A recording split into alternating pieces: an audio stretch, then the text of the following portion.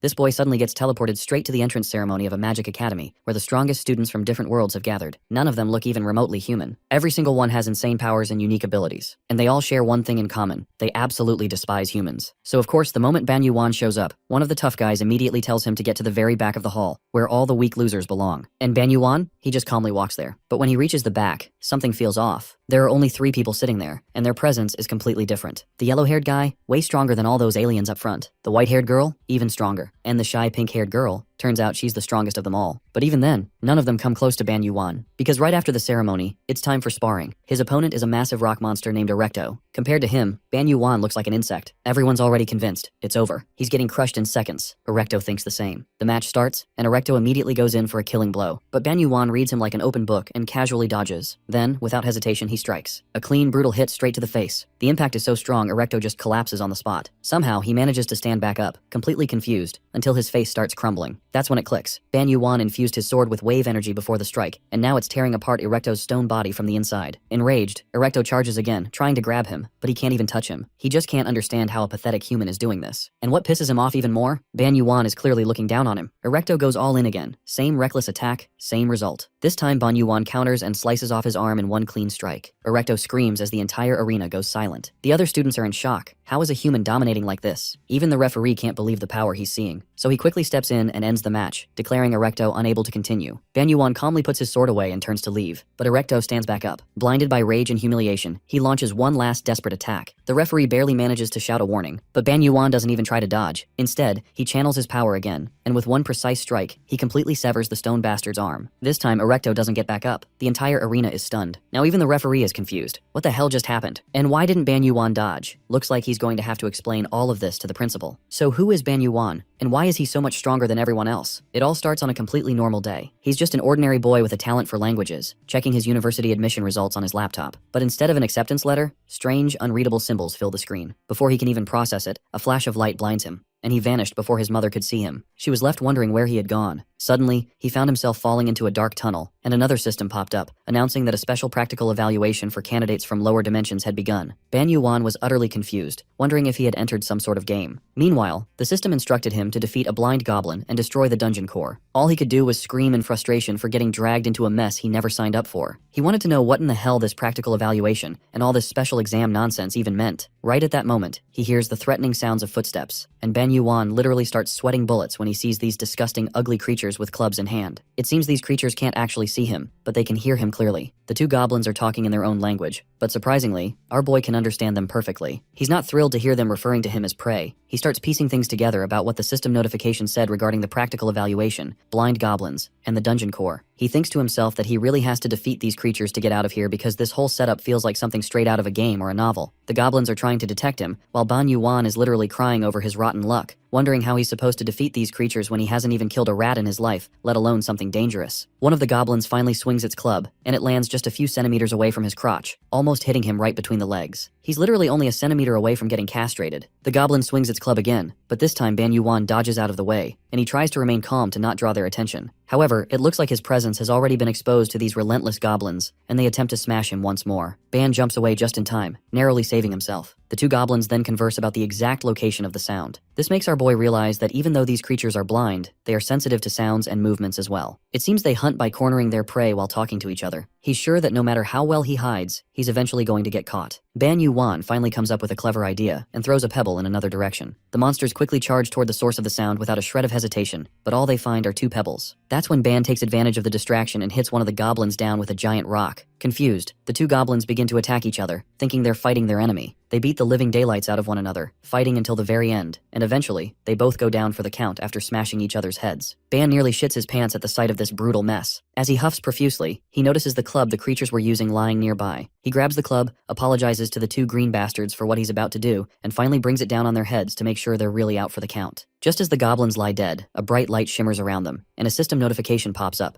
congratulating Ban on his first successful hunt in the dungeon. As a reward, he is granted the power of the higher dimensions. A strange enchantment begins to swirl around his hand, and his system shows that the power of the Babylonian code has been unlocked. The system reveals that this power will be displayed using ideograms, a language familiar to the holder. If you don't know about ideograms, these are characters that convey meaning through their form, representing concepts or things. The system notification tells him that Chinese characters have registered. Unlike phonetic characters that represent sounds, these characters convey meaning directly through their shapes. From the two goblins, the common concepts of demon and life were extracted from their flesh, along with other concepts too complex or insignificant for the holder's current level to absorb. This shocks Ban Yuan even more because, as far as he can understand, his ability is not just about language, he can literally extract concepts from things. The system then indicates that he is about to absorb 0.2 demons, and demons are inherently a concept that humans cannot possess. It is recommended to store or separate this in the Babylonian code and apply it to other objects. He then decides to try absorbing another concept, and grabs the hovering symbol from the air and places it on his chest. The system promptly reveals that he has absorbed 0.4 life, increasing his life to 10.4, and enhancing his abilities and potential. He then absorbs 0.2 flesh as well, which raises his fleshiness to 10.2 and makes his body healthier. He then twiddles his fingers and notices that not only is he feeling better overall, but his grip strength, leg strength, and everything else has significantly improved. Basically, he had absorbed these two goblins' abilities, and once their powers were transferred to him, their bodies disappeared. All that was left were two clubs. If applying concepts works on him, Ban Yuan figures it should work on objects too. So he grabs one of the concepts and applies it to one of the clubs. That's how all the blind goblins you see are dead. He then finally destroys a strange orb-like object, known as the dungeon core, and the system window promptly congratulates him for passing the practical test of the lower dimension special examination. Ban Yuan lets out a huge sigh of relief, wondering if this means he can finally go home. But to his dismay, the system informs him that he will be transferred to the dormitory. The place he was sent to wasn't home. It was a world he had never seen before, a place called Union Academy. As he lands on the ground, another system window congratulates him on passing the practical exam and becoming a provisional student. The system then informs him to wear the assigned uniform properly and attend the interview, making sure to wear the Union Academy uniform with pride. Of course, Ban Yuan is cursing his rotten luck once again. He had finally been accepted into one of the universities back home, but now he's stuck wearing a school uniform all over again. Not that he has any options. Begrudgingly, he quickly puts on the uniform and strides out, ready to give these people a piece of his mind. At the very least, he's thinking of demanding compensation for the transportation mess they put him through. But all of his frustration vanishes when he spots an absolute beauty in glasses sitting at the reception counter. Ban Yuan hesitates to approach her, wondering if she might be an alien with green skin like the goblins he just fought. But, alien or not, she's undeniably stunning. Once the lady notices him, she greets Ban Yuan as if she had been expecting him. She introduces herself as the professor of magic combat at Union Academy and expresses her delight to see him there. First, she congratulates him on passing the practical exam, and then asks if he knows how extraordinary his test results were, because he has caught the full attention of the entire faculty. Of course, Ban Yuan has absolutely no clue what she's talking about. Meanwhile, the professor continues, explaining that he's the first student in 500 years to create a new artifact during the evaluation. But our boy isn't exactly vibing with all of this praise. After all, he was dragged here without knowing anything, and almost died in the process. The professor, however, is all smiles, thrilled beyond measure. She explains that his case is exceptional, even beyond what was expected from the special examination. Meanwhile, Ban Yuan is mentally tuned out, wondering when he'll finally get a chance to leave this academy. But then his eyes land on something strange outside, which is a massive pillar. He curiously asks the professor about the name of that pillar. She explains that the pillar is the very reason Union Academy was established. The academy exists to raise students with the greatest talents across all dimensions and help them reach the top of the tower. This, she says, is the ultimate aspiration of Union Academy, and the final hope shared by all dimensions, to conquer the Dungeon of Dungeons, the origin of all mysteries and dangers in this world, known as the Tower of Babel. This revelation hits Ban Yuan like a truck. The Tower of Babel, everything his grandpa used to talk about, the stories he'd heard growing up, it's all here, right in front of him. Even though Ban Yuan is thrilled by the revelation, there's one thing he still doesn't fully understand. They called it the Dungeon of Dungeons. So does that mean strange monsters have taken over the tower? But whatever the case, a smile spreads across his face, because he realizes the glory of his family, and everything from his ancestors will be revived once again. At that moment, he makes his decision to enroll in Union Academy. Thanks to the professor's special treatment, he's sent back home temporarily. After gathering his whole family and explaining everything that just happened, he prepares for his enrollment with renewed determination. Fast forward to his return, inside the lower dungeon of Union Academy, in the Hobgoblin Cave, we meet Ban Yuan again. This time, he's completely obliterating the poor goblins out of existence, wielding his powerful enchanted gun with ease, the results of his training and newfound powers. The legend of his family begins anew, and Ban Yuan is just getting started. Now that we know how Ban Yuan reached this point, it's time to dive deeper into his abilities. You see, at first, he thought his power was limited to language, but after encountering various goblins, he began to seize concepts like demon, life, flesh, murder, and even shooting. This all changed dramatically with the Babylonian Code, an ability that lets him absorb, verbalize, and manipulate the very concepts of all objects around him. Whenever he defeats an enemy, Ban Yuan can acquire concepts that he can recognize. The more concepts he acquires, the stronger he becomes. For example, in his first dungeon, the Blind Goblin Cave, he seized several concepts from the goblins and imbued one demon into a club, strengthening it into a weapon. That club is now infused with ghastly energy and has become the first artifact created by Ban Yuan. At his command, the club reveals its true form, transforming and acting autonomously as a weapon. He hugs his new buddy so hard that it makes him blush, all thanks to this little guy, who helped our boy score some great evaluation results. Next, he decides to sort through all the concepts he has got. That's when he notices something among the concepts he snagged from the monsters, a brand new concept called soul. At that moment, his little club starts begging him to share this concept. My guy happily agrees, not just with the soul concept, but he also throws in some life ghosts and spirits. He quickly summons the concepts and embeds them into the club. The combined concepts create perfect harmony, causing a transformation in the artifact. The ghost and beast concepts automatically merge, resulting in an amazing synergy that goes way beyond their current potential. Thanks to the transcendental fusion, Ghost Beast 10 has been completed, and a snake known as the Ghost Beast appears before him. Honestly, I have no idea how his powers are working exactly, but I'll just pretend I do. As fierce as this beast looks, it turns out to be just a little snake that emerged from combining the ghost and beast characters, giving life to this new creature known as the Ghost Beast. Ban reaches out to touch it, but when he sees the snake's reptilian face, he hesitates. The snake seems to sense this and starts to look a bit sad. Eventually, Ban musters the courage to rub the snake's head, and the little fella quickly wraps itself around our boy's hand, and Ban even gives him a name, Eve. Before heading back, they decide to check out the growth stats. From what he's experienced so far, life seems to be a concept similar to a level in a game, while flesh represents physical stats. He's still puzzled about why the soul stat is so high. He starts to wonder if abilities like all-seeing eyes and all-hearing ears are somehow related to his language skills. In any case, he decides it's time to return. Once he hits the yes button, he begins to teleport to the Union Academy entrance ceremony. Once we arrive at the Union Academy auditorium for the entrance ceremonies, the whole place is buzzing with new students. In the middle of all the excitement, our boy pops in, catching everyone's attention with his unexpected entrance. He's a bit startled by the sheer number of people around him, but he quickly activates his all-seeing eyes. These special eyes let him read everything depending on his proficiency, allowing him to understand the aura and spirit of his surroundings more deeply. Just as he thought, unlike him, who entered through a special admission from a lower dimension, the regular students who came through the normal process look really strong, even at first glance. As he scans the crowd to find his seat,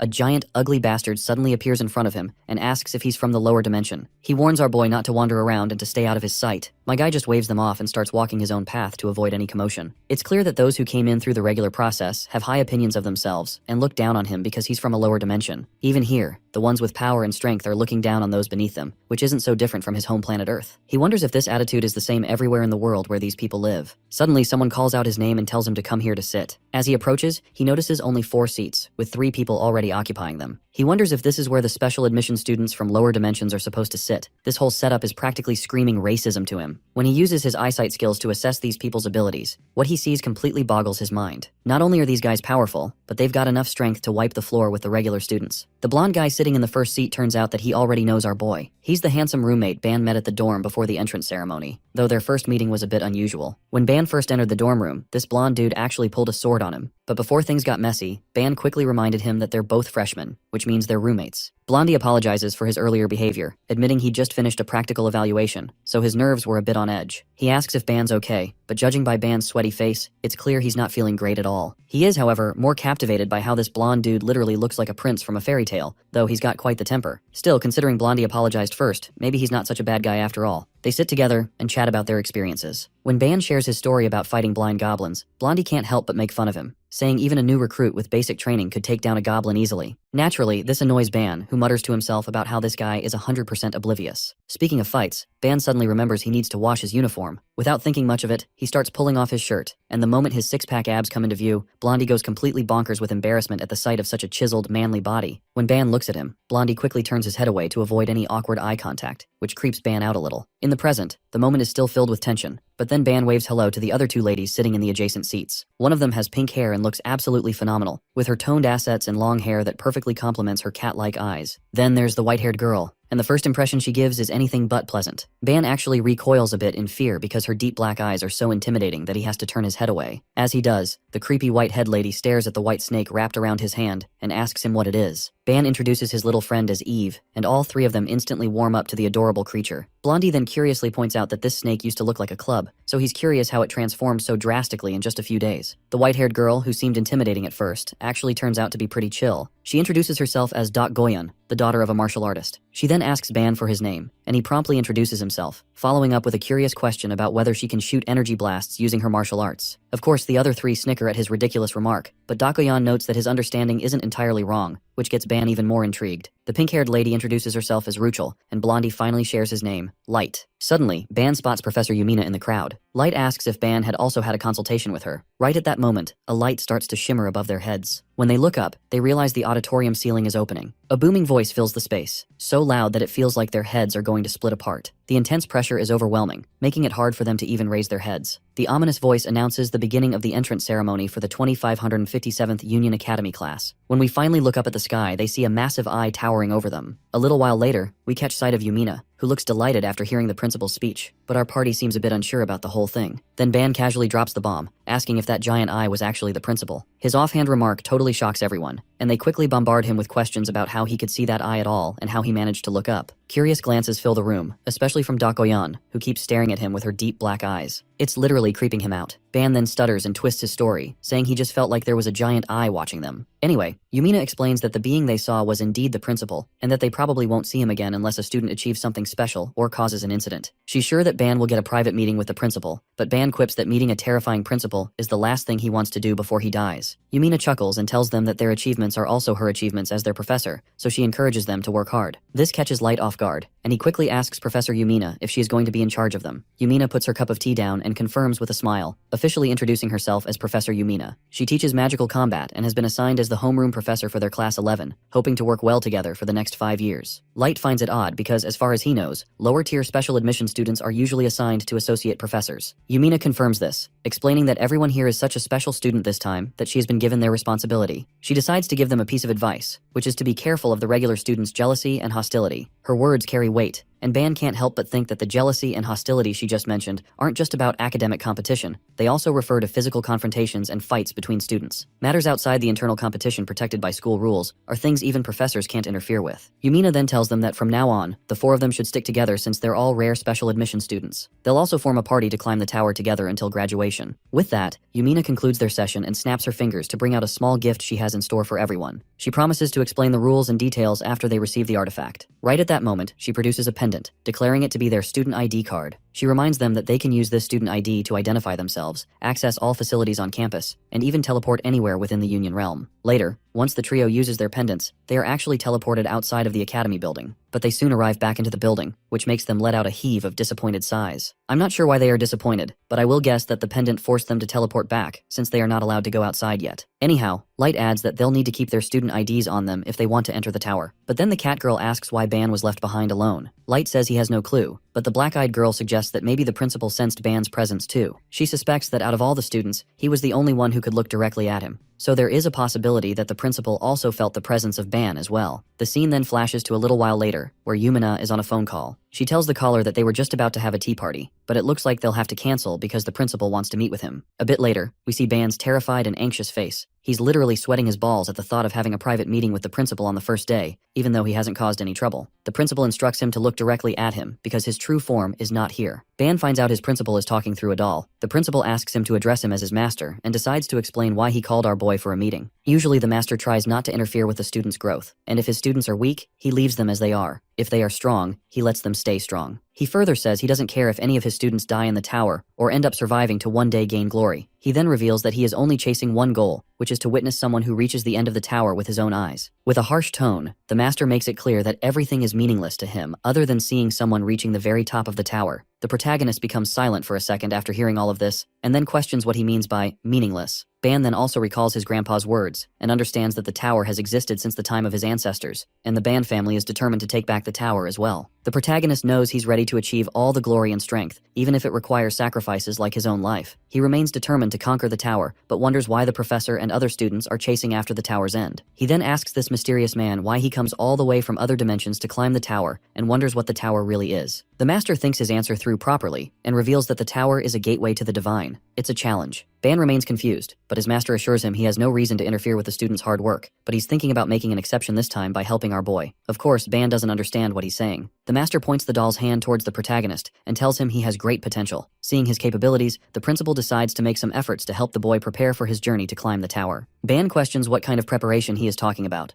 The principal shares that the privileges our protagonist holds for exploration have been increased, and now he can travel to any dungeons easily. The master advises him to increase his skills first before starting his journey to climb up the tower. Ban is surprised to find out he can leave the academy, and the master confirms it once again. After the principal is done with this, he helps the boy teleport back, and before letting him leave, the master advises him to improve his skills again and promises to unlock his next privilege soon if he shows great progress. The next privilege he's getting is solo exploration of the tower. The master hopes they can see each other again and teleports Ban somewhere else. Our boy ends up getting transferred to Professor Yumina's room, and she asks him about the meeting. Ban finds his head on her lap and becomes surprised to see her again. He quickly gets up out of embarrassment. Yumina tells him the master's personality is very strange, and he never likes visitors. She notices his pendant, and is surprised to find out he's been given permission to leave the academy as a student. Ban has no idea if it's a big deal, and remembers the master advising him to improve his abilities quickly. She tells the boy it really is a huge deal and helps him understand that he can now freely explore dungeons beside the tower, and also has the freedom to visit external cities at will. She still doesn't believe a student has so much privilege, and tells our boy that with this freedom he can gain a lot of experience and prepare more than others. Ban understands her and is relieved the master wasn't advising him to grow stronger because he's totally weak and lacking behind. He smiles awkwardly. Professor Yumina calls him lucky for the privileges he has gained, and shares that it's hard for the teachers to leave the academy at this time since it is the Union Academy. Yumina reveals that everything inside the academy favors students only, and can be a hassle for the professors. Our boy understands her, and she helps him learn that with the new privileges he has gained, the protagonist can easily explore dungeons and visit new cities whenever he's free. Yumina shows how envious she is, and wishes she could also enjoy snacks whenever she wants.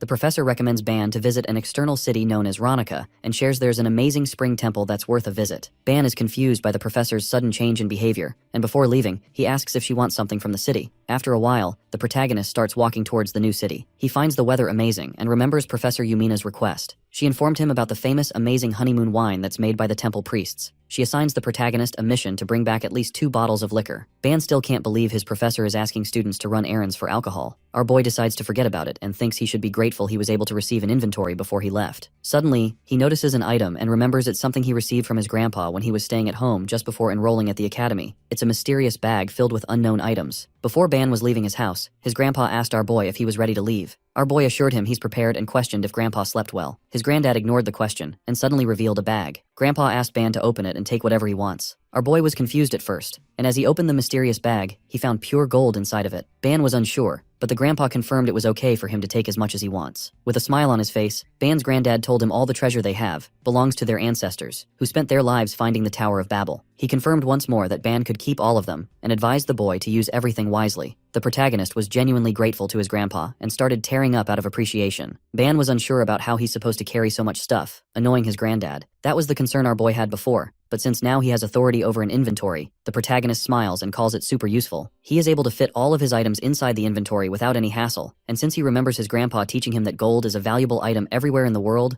our boy decides to take a few pieces of gold. After he is done with preparations, he finally reaches the city of Ronica and becomes excited to set his first foot into the new world. As he finally enters the huge city, our protagonist finds out that despite being in a completely different dimension, the cityscape looks very similar. He realizes his assumption was wrong as soon as he spots multiple flying vehicles everywhere. He questions how that works and suddenly gets called by someone from behind. A few guards approach him as they notice they've never seen him around the city before. As they get closer, the guards realize our boy is a part of Union Academy, which shocks them. They formally greet the protagonist and introduce themselves as the guards that are responsible for the western boundary of the Academy City. Ban introduces himself as well, and they ask how he was able to freely travel to Ronica. They assume our boy received some kind of permission from the Chancellor. He tells them they are correct, and says he has the permission to go exploring freely. The guards show their gratitude for the hard work the Chancellor of the Academy puts in for them to keep the city peaceful. Ban awkwardly laughs and learns his academy is very influential. Since he is a first-year student, the guards assume he doesn't know much about Ronica City and how everything works, so they offer to help him learn more. The guards tell him they will provide him all the guidance since it's a part of their job, and if he is unable to understand something, he is free to ask them. The protagonist decides to take their offer and points towards the hoverbike. Ban tells them he wishes to get one of these bikes and questions how much a hoverbike costs. With the help of the guards in Ronica City, Ban gets his hands on the hoverbike and starts riding it to make his way back toward the academy. The hoverbike makes our boy feel amazing. He soars through the sky and remembers asking the guards to help him buy one earlier. The city guards were a bit confused and informed Ban that even the normal model of a hoverbike costs around 250,000 ronya, which can be very expensive for a student like him. Ban is surprised to find out it's known as a hoverbike, and doesn't understand how the currency works in this new world. Our boy decides to exchange a gold bar for it instead, not knowing it's worth a lot. The guards end up getting surprised and question how the protagonist was able to get his hands on such a huge gold bar. Ban reveals his grandpa gave it to him, but they don't believe the gold bar is real. Ban learns that even a single gold bar is worth 7,500,000 ronya,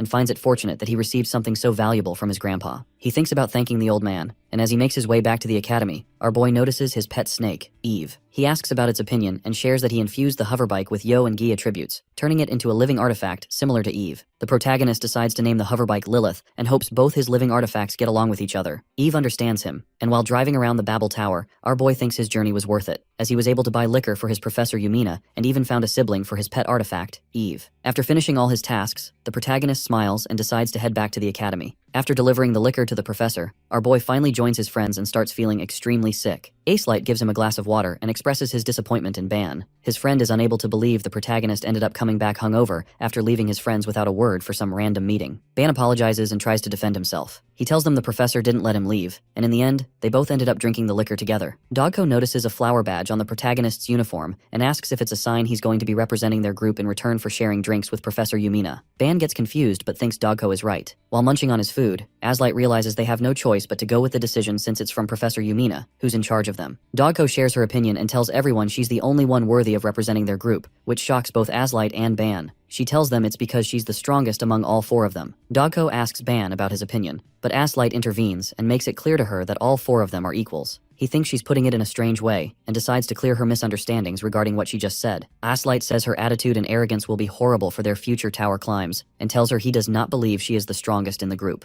Dogko smiles as she finds it funny hearing equal comrades coming from someone who asked Professor Yumina if it's possible to climb the tower alone. She thinks there's no equality in that either. Acelight becomes embarrassed and tries to make excuses. Ban and Ruchel remember he really did ask such a question of the professor. Aslight awkwardly tells both of them he just asked it out of curiosity and assures them he wants to be in a party with all of them. Ban starts to feel hopeless and sees animosity building up before their morning class begins. He now understands that he should have planned everything out in advance. Ban knows their group is going to experience a tough start. Despite having no particular reason to lead his group and become the president, our boy now understands the reason why his professor chose him out of everyone. It's because Aslight is oblivious most of the time, but has a strong sense of pride. Dogko, despite being incredibly strong, is bound to make a lot of enemies because of her self-centered attitude. Ruchel has a passive attitude, but she lacks the personality to lead the group. Ban sighs as he finds out the real personality of special admission students. Our boy tells the whole group to calm down and hear him out first. Ban thinks that, in his opinion, the leader doesn't need to be the strongest among the four of them, and says it's better if they are weaker. Dogko doesn't understand what he's trying to say. Ban helps her understand that if the class president is the strongest person, they are surely going to make decisions on their own, and someone who has the responsibility to unite the class shouldn't do that. His party members hear him out, and the protagonist tells them the leader of their group needs to be someone who is able to offer good solutions for everyone, and it's also important for him to be in the middle of the group. Ban says he has the most easygoing personality, so in his opinion, he is the only one worthy of becoming the class president. Dogko doesn't agree with him, but since Ban has already been chosen by the professor to be the class president, she decides to go along with his reasoning for the time being, and lets him off the hook. Our boy thanks her for understanding and feels relieved. Dogko tries to be honest, and with a cold expression, she tells everyone she only wishes to lead the protagonist. Our boy doesn't understand what she's trying to say. Dogko tells them there are a few things she doesn't agree with, but since she wants to get what she desires, she is willing to accept someone as unnecessary as her classmates as well. Acelight and Ruchel are a bit shocked to hear this. Dogko hopes they can see each other again and leaves. Our boy tries to anxiously calm down his roommate and becomes a bit disappointed after experiencing such a morning on his first day of school. Ban becomes tired and questions why a simple school morning feels like he's on a battlefield. The protagonist decides to give himself a break and understands that it will take time for him to resolve the issue of pride among the group members. Ruchel asks Ban about something. She excitedly questions if he still has the cute snake he showed them earlier and tells our boy she wishes to at least touch it once. Ban realizes the academy is filled with multiple challenges, and in his first lesson as the class president representing everyone in a room filled with many unique individuals, our boy ends up facing a new difficulty as one of the students challenges him in a fight to see if the leftover students are skilled. At the training ground, Ban stands with his group as they all face the special students. The professor decides to start the first lesson with some light sparring and asks the students about their opinions. Class 11's special students start acting insane and demand a sparring session against the leftover students, which include the protagonist. They're all mad and don't believe the professor chose our boy as the class representative. The special students try to challenge Ban. Seeing them riled up, our boy feels awkward. Acelight learns that the Union Academy assigns students to different classes based on their skills and abilities. He realizes the students of the special class already seem to hate Class 11 for some reason. Ban anxiously shares that it's most probably because he's wearing the flower badge that's provoking all of them. Erecto, a muscle-headed student, notices the flower badge our boy received from Professor Yumina and feels mocked by the protagonist. The musclehead grits his teeth in anger seeing Ban wearing it in front of him and chooses to never acknowledge the protagonist. Erecto starts screaming and demands a sparring match against Ban. He asks the professor and ends up getting permission easily. The professor asks our boy to come forward as he is going to face Erecto in a sparring match.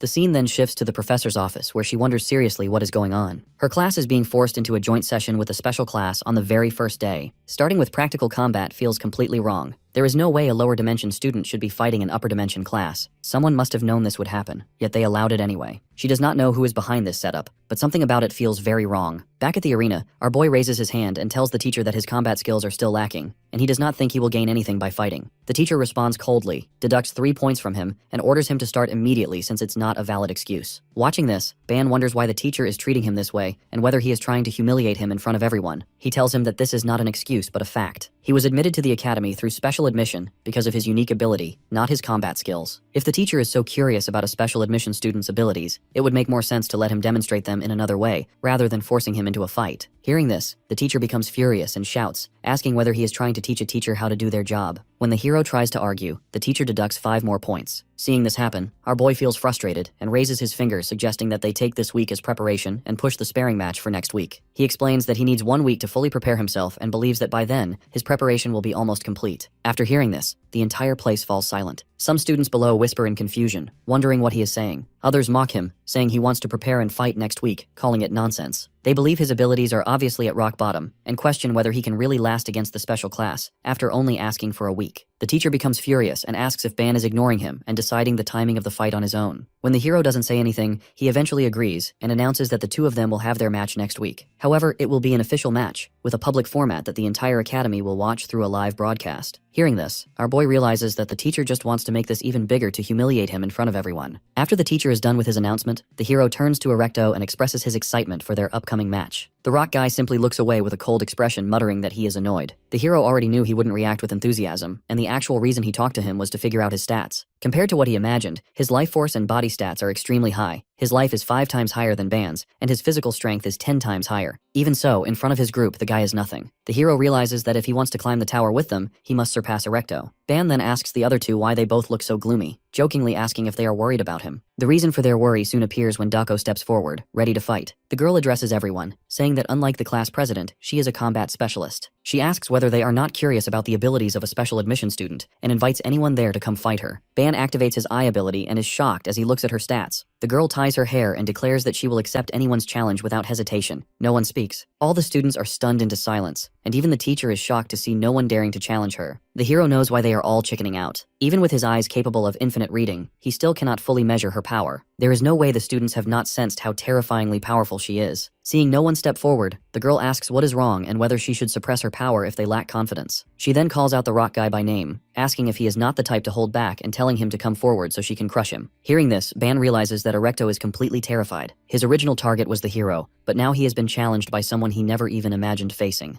That if the rock guy tries to back out now, his reputation will be finished, and he might not recover for a week. Even though our boy doesn't care about him, he still does not want things to turn out like this. With this, he steps forward and tells the girl to wait her turn since he is going to have a sparring match with the rock guy next week. Dako asks him if he is sure, and the hero assures her, declaring that he wants to prove himself using his own abilities. This makes her a bit impressed as she realizes that he does have a bit of manliness in him. Now that she isn't fighting the rock guy, she starts challenging the rest of the special class, but no one responds. This makes her sigh and she turns around, mocking them for barking so loud just a minute ago. The other students are mad hearing this, but it's not like they can do anything. Suddenly, one student speaks up asking if she just called them dogs. He smirks, saying that only the weak people band together in groups and pretend to protect each other. Ban looks toward him and wonders who this guy is. Even among the special class, he feels like someone on a completely different level. Light explains who he is, saying that he is Ordama, the ruler of the Kedius dimension. The hero is still confused, so the blonde guy explains that there are 10 dimensions in total, ranked by hierarchy, and the guy is from a family that rules over one of those dimensions. Hearing this, our boy realizes just how dangerous that boy truly is. After some time passes, that guy calls out to the teacher, who begins preparing something. The pink-haired girl asks what it is, and Light explains that it is a recording device that will capture the fight. He says they usually upload such recordings publicly online. Ban finds this familiar, and remarks that it is similar to the systems where he comes from. The blonde guy is surprised that someone from a lower dimension knows about the intranet, but the hero explains simply that it is a network used to share information. Rushel then adds that the academy has a live channel where classes and events are broadcast. Our boy thanks her for the information, and notices that the match is already being streamed live. Looking at the professor with annoyance, he suspects the teacher is trying to profit from this spectacle. Soon, Dako and Ordama stand facing each other and release their energy. The guy asks her to begin, but she instead gives him the first move, calling him a rookie. This angers him, and he releases a powerful ability commanding her to kneel. The hero feels the atmosphere change dramatically. The force pressing down on him feels different from his own power. It feels suffocating, like trying to breathe without air, and it even seems to push him to kneel as though obeying some natural rule. The blonde guy asks if Ban has figured out the principle behind Ortima's ability, while the pink-haired girl appears too frightened even to look at the guy directly. Suddenly, Dako releases a mass of black energy and uses a powerful ability that instantly nullifies her opponent's power. Everyone around them is stunned. Even our boy cannot believe it, noting that she used only a small portion of her energy to erase his attack in a single moment. The guy admits that she has some skill, but she mocks him in return, saying his power is disappointing. He refuses to accept that and prepares to launch another attack. The next instant, the girl moves with incredible speed, delivering a kick to his stomach. She points out that she would never allow him to repeat the same attack, and that his technique only grows stronger the closer someone gets, making it predictable. The guy from special class is forced to use both arms just to block her blows. However, she quickly moves behind him at high speed and remarks that when someone lacks intelligence, their body must work harder. He swings back angrily, but she comments that his movements are slow and lack strength, even mocking him for needing help with basic things. Furious, Ortima attacks again, but she easily dodges. Light watches in disbelief, realizing she is completely overpowering him and is far stronger than expected. Our boy realizes that her opponent has grown accustomed to restraining his opponent's movements and defeating them by manipulating natural laws. However, that strategy is not working against someone Dako, which is why he is struggling. Despite his power and physical strength, it is clear he has never truly relied on his own body in combat. As Ban analyzes the fight in detail, his friend wonders if he can really see all of this so clearly. Two of the strongest fighters are clashing evenly in front of them, yet he is able to keep up with their techniques. Light realizes that these special admission students from the lower dimension are far more extraordinary than they appear, and begins to wonder what exactly is happening before his eyes. The guy keeps getting hit with repeated punches, and in anger he demands to know how she dares to humiliate him. Before he can finish, another blow lands on his cheek. The girl mocks him for talking too much and implies that if he keeps complaining, it only shows that the fight has dragged on longer than he can handle. Suddenly she senses something and is caught off guard. Ortima unleashes a dangerous ability and swears he will not forgive her. Overcome with rage, he threatens to kill her on the spot. Hearing the word death, she mentions that it's not something a kid like him should be talking about. While mocking him, she creates that same black energy around her fist and charges forward. At the same time, the guy prepares his own attack, and both rush toward each other at full speed. Just as they are about to clash, Professor Yumina suddenly appears and stops them. Flowers bloom everywhere around them, freezing the moment before their attacks land. Both fighters are stunned, wondering what just happened. The professor explains that the academy does not encourage students to fight to the death, and that they should save their strength for the tower instead. With a snap of her fingers, the flowers scatter into the air and vanish. Ban watches silently, realizing this is no illusion because he can smell the fragrance all around. The guy grits his teeth in frustration and leaves angrily. As he walks away, Dako turns to the professor and admits that she is quite strong. Hearing this, she lets out a smile. The girl then returns to the group, where the hero welcomes her back and tells her that watching the fight was incredible and taught him a lot. Suddenly, the pink-haired girl clings to him from behind, still frightened. The hero turns back in confusion and asks her what is going on. Seeing her sweating, he realizes that she is still scared. This makes him blush a bit since he finds it cute. Meanwhile, the professor begins shouting angrily at the instructor who arranged the sparring session, criticizing him for allowing such an unrestricted fight on the very first day and simply watching from the side. The scolded teacher apologizes repeatedly, but Yumina says an apology is not enough and warns him to be prepared for consequences. She then turns to Ban and points at his badge, reminding him that as class president, his dignity matters, and questioning why he is wearing his badge upside down. This only makes the surrounding students even more shocked and irritated. After that, she leaves, wishing them a good day. Our boy realizes that although the professor came to stop the fight, she has only stirred up more tension. The students burn with anger, and news of the incident quickly spreads throughout the academy. Some watch the live stream while others see recordings online. Many comment on how shocking it is, saying the match was completely one-sided, and wondering how a lower dimension student could overpower a top student. Others argue about it, calling the silver-haired girl terrifying, and even declaring her their new favorite. Seeing the interaction between Yumina and the hero, many viewers become curious about who he really is. Soon, the entire internet buzzes with discussion about them. Reading all this, our boy remarks that it feels like the whole world is talking about them. However, Dako is focused on something else. She finds it strange that the guy she fought was considered the most powerful in their class when she clearly sensed a girl who was much stronger. The hero laughs and admits that he was so focused on her fight that he did not notice anyone else. As Light checks his device, he tells Ban that his name is being discussed all over the school community. Our boy assumes the other students are angry because their top fighter lost and are now directing their frustration at him, but the girl adds that the discussions are about more than just that. Just then, they notice Ruchel sitting far away, still trembling with fear. Everyone falls silent. The hero realizes she is deeply afraid of the silver-haired girl and cannot even imagine how they are supposed to share the same room. Thinking she must still be shaken from earlier, he decides to try comforting her. He pulls out an item from his inventory and shows it to everyone. It is a special elixir jam created by him using his ability that can raise a person's stats when used. As the two of them stare at it in confusion, Ban opens the container and encourages everyone to try it, saying they will be amazed by the taste. He asks them for some bread. The pink-haired sits nearby with her head lowered. Suddenly, the sweet fragrance reaches her, and as she smells it, she becomes surprised and quickly looks toward its source. The hero offers offers it to them and they each take a bite. The moment they eat it, it melts in their mouths and tastes incredible. Both of them cannot stop themselves from eating it. Our boy then turns to Ruchel and invites her to come over. Though still hesitant, she is tempted by the smell and asks if he can make one for her too. As soon as she eats it, she is captivated by the taste and describes it as the pure essence of fruit, the best flavor she has ever experienced. After finishing, Dako licks her finger and says it feels like she just ate something extremely expensive. Ban replies that it is not that costly, and that since they are a team, they should share good things with each other. He also considers it a return for the kindness she showed him earlier. Even so, the girl feels it is too much. She suddenly stands up and declares that in return for this elixir, she will teach him martial arts. Moments later, the two of them teleport to a training room. Walking around, the girl comments the space is enough as long as she has room to move. Meanwhile, our boy looks around and realizes that the room seems to mirror the mind, just as he expected from the Union's facilities. Since they left their meal midway to come here, he asks what she plans to teach him. Dako says the space is sufficient and begins swinging a wooden sword at high speed. She tells him not to move carelessly and to stay where he is. Taking her stance, the girl begins her lesson and pushes the sword forward in a sudden motion, creating a powerful burst of air pressure. As our boy stands frozen, she explains that the move is called thrust. Even though her attack seemed too powerful for a human, in that exact moment, Ban managed to learn a new concept. After watching her strike, the idea of penetration appears in his mind. He wonders why this concept stands out, since the motion itself relates to swordsmanship. Seeing him distracted, the girl calls out to him, asking if he is paying attention. After he apologizes, she tells him to focus and explains that a thrust has no fixed form. It can be executed in many ways, and what she is showing him is only the basic principle. No matter how or where it is performed, what matters is the intent and force behind it. There are many variations, but the ultimate basic is simply to thrust and never forget that essence. The hero realizes that she has mastered this concept completely, instead of combining multiple concepts into one. To him, this seems to be the true essence of the technique. When she asks him if he wants to try, he agrees, but warns that his imitation might be clumsy. She laughs, commenting that her years of training would be wasted if he could replicate it exactly on his first try. Before she can even finish, our boy lets out a powerful thrust using the wooden sword. The girl is shocked seeing this and starts to wonder if he really managed to grasp the concept just by seeing it once. However, it seems like the hero is still not satisfied. He reflects that he has been concentrating on combining different concepts to increase his strength, but he can also grow stronger by working on the concepts he already knows. With this, he begins to question why the idea of penetration came to his mind out of all the different characteristics of thrusting. Suddenly, it all starts to make sense as he realizes that his attack needs to pierce its target no matter what. This time, his sword pierces the air so fast that it almost creates a sonic boom. Dako stares at him in disbelief and tells him to stop pushing himself so hard from the beginning. As the hero agrees in exhaustion, he suddenly notices several system windows appearing in front of him. This makes him confused as he notices that his stats have gone up just by swinging a sword a few times. Not just that, his swordsmanship has also shot up to 20, even though he couldn't increase it by fighting goblins. While he is looking at the system windows in shock, the girl admits she did not expect to feel defeated in this way. She mentions that he has shown the essence of the technique in a free-form manner that adapts to any weapon. The hero seems surprised by her praise and insists that he only followed what she taught. Watching her movements, he could clearly sense the profoundness behind them, which really made him wonder if a person could actually master a concept to this level. That's how he was able to immerse himself into the movements. Listening to all the glaze, the girl starts blushing and replies that he's too straightforward to be saying things like that when they barely know each other. Our boy casually ignores this and mentions that they are even now. However, Dako still thinks he owes her something for the lesson today. When he asks her what she wants, she smiles and tells him that she will make up for it over time, so he should be prepared. With this, the two of them decide to leave since it's time for their next lecture. While teleporting back, the hero expresses his surprise since he didn't think she could also show emotions like that. Back in the hallway, a group of special class students notice the pink-haired girl approaching. One of them blocks her way, demanding to know where she is from. As Ruchel looks at him in confusion, we see another hand appear in front of her. Her friend steps up and asks the guy what he wants since they are both in the same class. The kid who stopped her gets mad and starts mocking him. Before things can escalate, the hero teleports back with the emo girl. He notices the two of them standing at a distance and asks him what they are doing outside the class. As soon as the other students notice Dako, they realize it's time to leave. After they walk away, Ban asks the blonde guy what is going on, but he stays silent. Later, the four of them sit in their history class as the teacher talks about the appearance of the tower. While everyone else is listening to the lecture, the same students from before start taking pictures of Ruchel. They make fun of her for trying to climb the tower and mockingly suggest that she find another job. Despite our group sitting at a distance, they can hear everything those kids are saying. The hero sighs, thinking to himself that people are the same everywhere. However, he still doesn't understand why the professor isn't saying anything since the kids are too loud. Just then, the blonde guy stands up shouting that the students are being too loud, and it's hard for them to concentrate on the lecture. Hearing this, the professor simply tells all students not to disturb the class, and goes back to giving his lecture. The hero and his friend are visibly disappointed by his response, but it's not like they can do anything. Moreover, the kids at the back become even more confident and start openly commenting about their relationships. All of this is too much for Light to bear, and he breaks his pencil in half. Our boy pats him on the back, trying to calm him down, but the guy complains that they are saying weird stuff about their group mates. Still, Ban knows that they can't really fight them on something like this, since it's pointless. He explains that if they do something during the class, it might backfire. However, it doesn't mean they can't teach those guys a lesson. The hero takes out his phone and shows him a live stream of their classroom that he has been streaming on YouTube. Everything those guys are doing is being recorded and streamed live for the public to see. Our boy lets out an evil laugh and comments that those kids will get what they deserve soon enough. Unaware of the hidden camera behind them, the kids keep on spouting nonsense about the girl. Everyone watching immediately gets mad and starts praising Ruchel for not reacting to their mean comments. The hero even used a clickbait title so more people would tune in. It doesn't take long for the kids to find out about the live stream. They start to panic and frantically search for the camera. Eventually, they notice Eve on a nearby wall holding a camera. Before the kids can reach it, the snake disappears. However, all of that noise makes the professor furious. He asks for their names and before they can make any excuses, kicks them out. After getting rid of them, he mentions that they will get an F in this subject for the whole semester. Still, our boy thinks that they should have gotten a harsher punishment for the comments that they made. Hearing this, the Ruchel turns to the hero and smiles, telling him that it's enough. She thanks both of them for their help and standing up for her. Ban tries playing it cool and says that he didn't really do much since he isn't as strong as them. His group mates think different as one of them admits that he feels more at ease knowing that he is the class president. After the class, as they are casually walking around the campus, the same group of kids calls out to Light. This makes the pink-haired girl scared, and she hides behind our boy. However, the blonde kid turns back with a cold expression facing the bullies and asks them what they want. The three boys stand in front of him, furious. One of them holds a sword and demands an explanation for what happened earlier, blaming the live broadcast for ruining his semester scores. Another complains that seniors are mocking them and classmates are avoiding them. Our boy thinks to himself how 3 students are surrounding one person, yet no one around seems to care. He reflects bitterly that people from lower dimensions like them are not even treated as human by others here. The boys shout angrily, questioning what Light just said. The blonde guy calmly calls them barbarians and declares that he will only talk if they ask politely. This only makes them angrier, and they insult him in return. Suddenly, Light draws his sword and swings it at incredible speed, cutting through the opponent's weapon and sending it flying away. Ban is shocked by what he sees. He notices strange glowing concepts appearing around his friend, as if something unusual is happening. The blonde guy steps forward, holding his shining blade near the opponent's neck. Terrified, the boy drops to his knees, unable to move under the pressure. Light coldly tells him that if he speaks properly, then he might agree to talk. The hero finds the situation strange and wonders how his friend changed so suddenly. It feels as if his personality has shifted completely, possibly because of the sword. The atmosphere settles, and the blonde guy decides to leave, saying everything is calm now. The boy on his knees struggles to move, overwhelmed by the pressure. One of his friends keeps shouting angrily, but Dako watches silently from the side. The blonde guy then turns to the teacher and asks what punishment a group receives for suddenly attacking a classmate during a real session. The teacher is surprised by the question, and explains that the academy sometimes encourages sparring matches to a certain extent. When the kid points out that he never accepted any sparring match, the teacher responds that he still drew out a personal artifact first. Hearing this, the blonde guy argues that he was just defending himself, and even asks the professor what he would have done in his situation. Meanwhile, our boy can't help but feel worried about his friend since he almost seems out of his mind. The blonde guy continues his confrontation and angrily demands to know what the professor will say about all the insults and humiliation he faced. With a slight grin on his face, the professor claims that he didn't see any of it. This only makes Light angrier, and he prepares to swing his sword, asking the professor how he can say something like that. Fortunately, the emo girl steps in and flicks him on the head with her finger. The impact snaps him back to his senses. He cries out in pain, while Dako scolds him for making so much noise and acting arrogantly just because he is holding a sword. While the kid screams in pain, Ban notices that the strange energy around him has disappeared. However, the teacher doesn't seem pleased by his actions and walks away, calling him a lowly lower dimension creature. After he leaves, our boy sighs, commenting that it was a close call. Meanwhile, the silver-haired girl continues scolding Light, pointing out how he lost control simply because of the divine weapon. The scene then shifts again to the academy building where we see our group eating together. Ban speaks out, commenting that they will not be treated well at the academy if they continue like this. Light appears confused by this and asks if he is really saying that. The hero gets triggered and reminds him that he isn't the one picking fights with the professor. Hearing this, the blonde guy apologizes and explains that he was just trying to improve the situation. However, our boy still scolds him for trying to go after the professor, instead of dealing with the kids who started all of this in the first place. He knows that if his friend was his usual self, he wouldn't have acted so recklessly, but something appeared to have changed within him. Ban suspects the sword might be the cause. He asks Light to be honest and confirm whether he can control that power. The blonde guy quickly gets up from his seat and assures him that he can. Otherwise, he would not have been able to pass the entrance exams. He explains that he was simply very angry because of the teacher's lies. Our boy agrees that lying is wrong and decides to trust him. Light promises that what happened today will not happen again. Dako comments that while he says it is not a problem, seeing him getting controlled by a divine object was quite a sight. After scolding her friend, she turns to the hero and reminds him of the teacher's earlier advice, saying that if they keep going like this, their school life will gradually worsen. As class president, she wants to know what he is thinking about their future. Ban reflects that during his time at the academy, he has noticed several issues. People's strange mindset about birth and strength, their hostility toward those from lower dimensions, and an old system that supports this prejudice. All of this makes him wonder what outsiders like them can even do in such a place. Turning to the entire group, he asks what they think is necessary to gain favor from a large number of people. After a bit of thinking, the blonde guy suggests talking, Dako suggests power, and Ruchel remains confused. The hero dismisses all of their answers and hints that they already have what it takes. Pointing his make-believe camera at them, he announces that it's their looks. Later, as they all gather in the training arena, he proposes creating a channel where they show their daily lives to the public. Where he comes from, building a public image is common. When people become familiar with someone's image, it creates a sense of familiarity that can grow into respect and even admiration. Hearing all this, Light asks why they need to spar if they are aiming for respect and admiration. Our boy clarifies that the sparring match is not an act, but a real match, so it should be taken seriously. As they talk, a sparring match begins. The emo girl tells Ban not to worry because sometimes a few hits are enough to make someone serious. She then throws her blonde friend to the ground with ease while our boy records the entire fight. While he is on the ground, she mocks him, asking if he is done. She goes a bit further, trying to rage bait him, and says that it now makes sense how that divine sword was able to control him so easily. All of this seems to be working, so the girl continues telling him to bring out the sword since she doesn't believe it will make a difference anyway. Hearing this only makes Light angrier, and he shouts in frustration. Meanwhile, the hero keeps recording and encourages him to continue, saying he is doing great. Ruchel, however, feels uneasy and questions whether all this recording will really make their school life any easier. Our boy explains that things will not change overnight, but their actions will have some effect. He asks her to imagine how those boys who used to bully them would react if they realized how skilled they really are now. If that happens, they would never dare to mess with them again. The girl finally understands what he is trying to do. While they are talking, the other two continue to fight like they are mortal enemies. The hero then reassures Ruchel not to worry about the results, and tells her that her beauty is far too precious to waste on unnecessary stress. Hearing this surprises her. He continues by reminding her that a beautiful face looks even better with a smile, and that she has the kind of charm that could win anyone over anywhere. It would be a shame to ruin that by worrying so much. The girl blushes shyly at his words, thinking to herself that whenever he says something like this, she really feels like he is telling the truth. Meanwhile, we see the blonde guy running away from Dako, who jokingly tells him that she was only warming up. The scene shifts to the pink-haired struggling to eat something and complaining tearfully that she cannot manage it because it looks terrible. The hero keeps recording and reassures her that she will be fine and will get used to it. After his earlier suggestion, the group decided to make a channel called Rebellion and began uploading videos of their daily life. The response to these uploads was overwhelming. Viewers flooded the comments with surprise, wondering if the videos were real. Some videos showed them fighting while others were simply them playing board games. This helps create a positive image of their group, and the viewers can't wait for their next video. When the group checks their channel, Ban is stunned to see that they have gained 1,000 subscribers in just one day. Unsurprisingly, their most popular video is of the blonde guy getting beaten up. While they are celebrating, Professor Yumina arrives and praises them, saying it is impressive that in a dimension full of endless possibilities, no student had thought about creating media content before. By making entertainment and connecting with people through it, they have done something unique. However, today is the day. They are finally going to enter the tower, and the professor asks them if they are prepared. Everyone else is dressed in comfortable battle-ready clothes, while the hero notices he is the only one still in his school uniform. He reflects on how his previous life was peaceful, but he has now chosen a path where he must fight for survival. Accepting this, he says his current clothes are good enough. Afterwards, the professor draws a large magic circle, and they teleport to the tower's entrance. People nearby recognize them as the group behind the Rebellion channel, and react with surprise. The professor explains that the tower has been open since morning and that entry is organized by grade level. Because of their high visibility, they are being allowed in earlier than expected. They also notice former bullies among the crowd, but those students seem different now, apparently even subscribing to their channel. Despite this, Dako warns that some of the students are still staring at them with murderous intent. Our boy acknowledges this and reflects that today marks the start of their climb. He also remembers that in a few days he will face Erecto in battle. Within that time, he needs to reach a level where the rock guy can't touch him. As they all gather, the professor advises them to finish exploration early and come back before the weekend. However, since they are the ones actually entering the tower, she gives them the choice to decide and asks how long it will take. Turning around, Ban asks everyone if they are also thinking the same and declares that they need 2 nights and 3 days. Hearing this, the professor smiles and tells them to be careful. Before entering the tower, our boy silently asks his ancestors to watch and wait for what comes next. The scene changes to a few hours earlier when the hero asked his professor if they could keep recording everything. He explains that once they enter the tower, he wants to capture whatever situations they encounter, while the robot will handle most of the filming. The professor wonders whether recording will even be meaningful, since the tower constantly changes from moment to moment. Ban is surprised by this, and Light checks the basic manual confirming that the tower truly does shift continuously. He also notes that machines brought inside tend to break quickly, which makes the situation even stranger. Professor Yumina then explains how the tower works. Each floor contains rooms, and when the boss of a room is defeated, or when its traps are successfully avoided, that room becomes part of the next one. In the Union, these unique changes are called shifts. The more shifts someone experiences, the deeper they travel into the tower. Hearing this, the hero asks if that means the rooms are always moving during these shifts, and the professor confirms that once they pass a room, they cannot return to it. The blonde guy wonders whether the monsters and traps also change, and the professor explains that each new room brings stronger monsters and different traps. While they are talking, Dako casually asks what happens if someone dies while climbing the tower. This shocks the entire group, who realize they had not fully considered that possibility. The professor smiles slightly and admits it is an important question. She reassures them that in many areas of the tower, even if someone dies, it does not mean true death. Instead, they are returned to the tower's entrance. Ban is relieved but asks if that means they would have to start from the beginning again. The professor clarifies that their student ID cards record their progress through shifts, so when they re-enter, they can continue from where they left off. Because of this, the ID is extremely important and must never be forgotten. Holding his ID like a pendant, our boy remarks that it feels similar to a game with a save function. Light comments that if they can revive, they can challenge the tower as many times as they want. However, the emo girl points out that the teacher mentioned only some areas prevent true death. This suggests that in certain parts of the tower, they could die for real. Professor Yumina confirms that there are indeed situations where they can die for real. The scene shifts to the present inside the tower. The group fights sticky monsters called claw scythers that can consume any kind of weapon. The blonde guy attacks the scythers head on, while Dako uses a finger flick technique that releases laser-like beams to cut through them. Behind the others, our boy stands near a torch, trying to draw out the concept of flame he senses within it. He realizes that although he could do this outside the tower and in other dimensions, something is preventing him from doing it here. He suspects this may be the key to unlocking his ability and resolves to figure it out. Seeing him standing near the torch, the emo girl approaches him and asks what happened. He apologizes, explaining he got lost in thought while trying to extract the flame,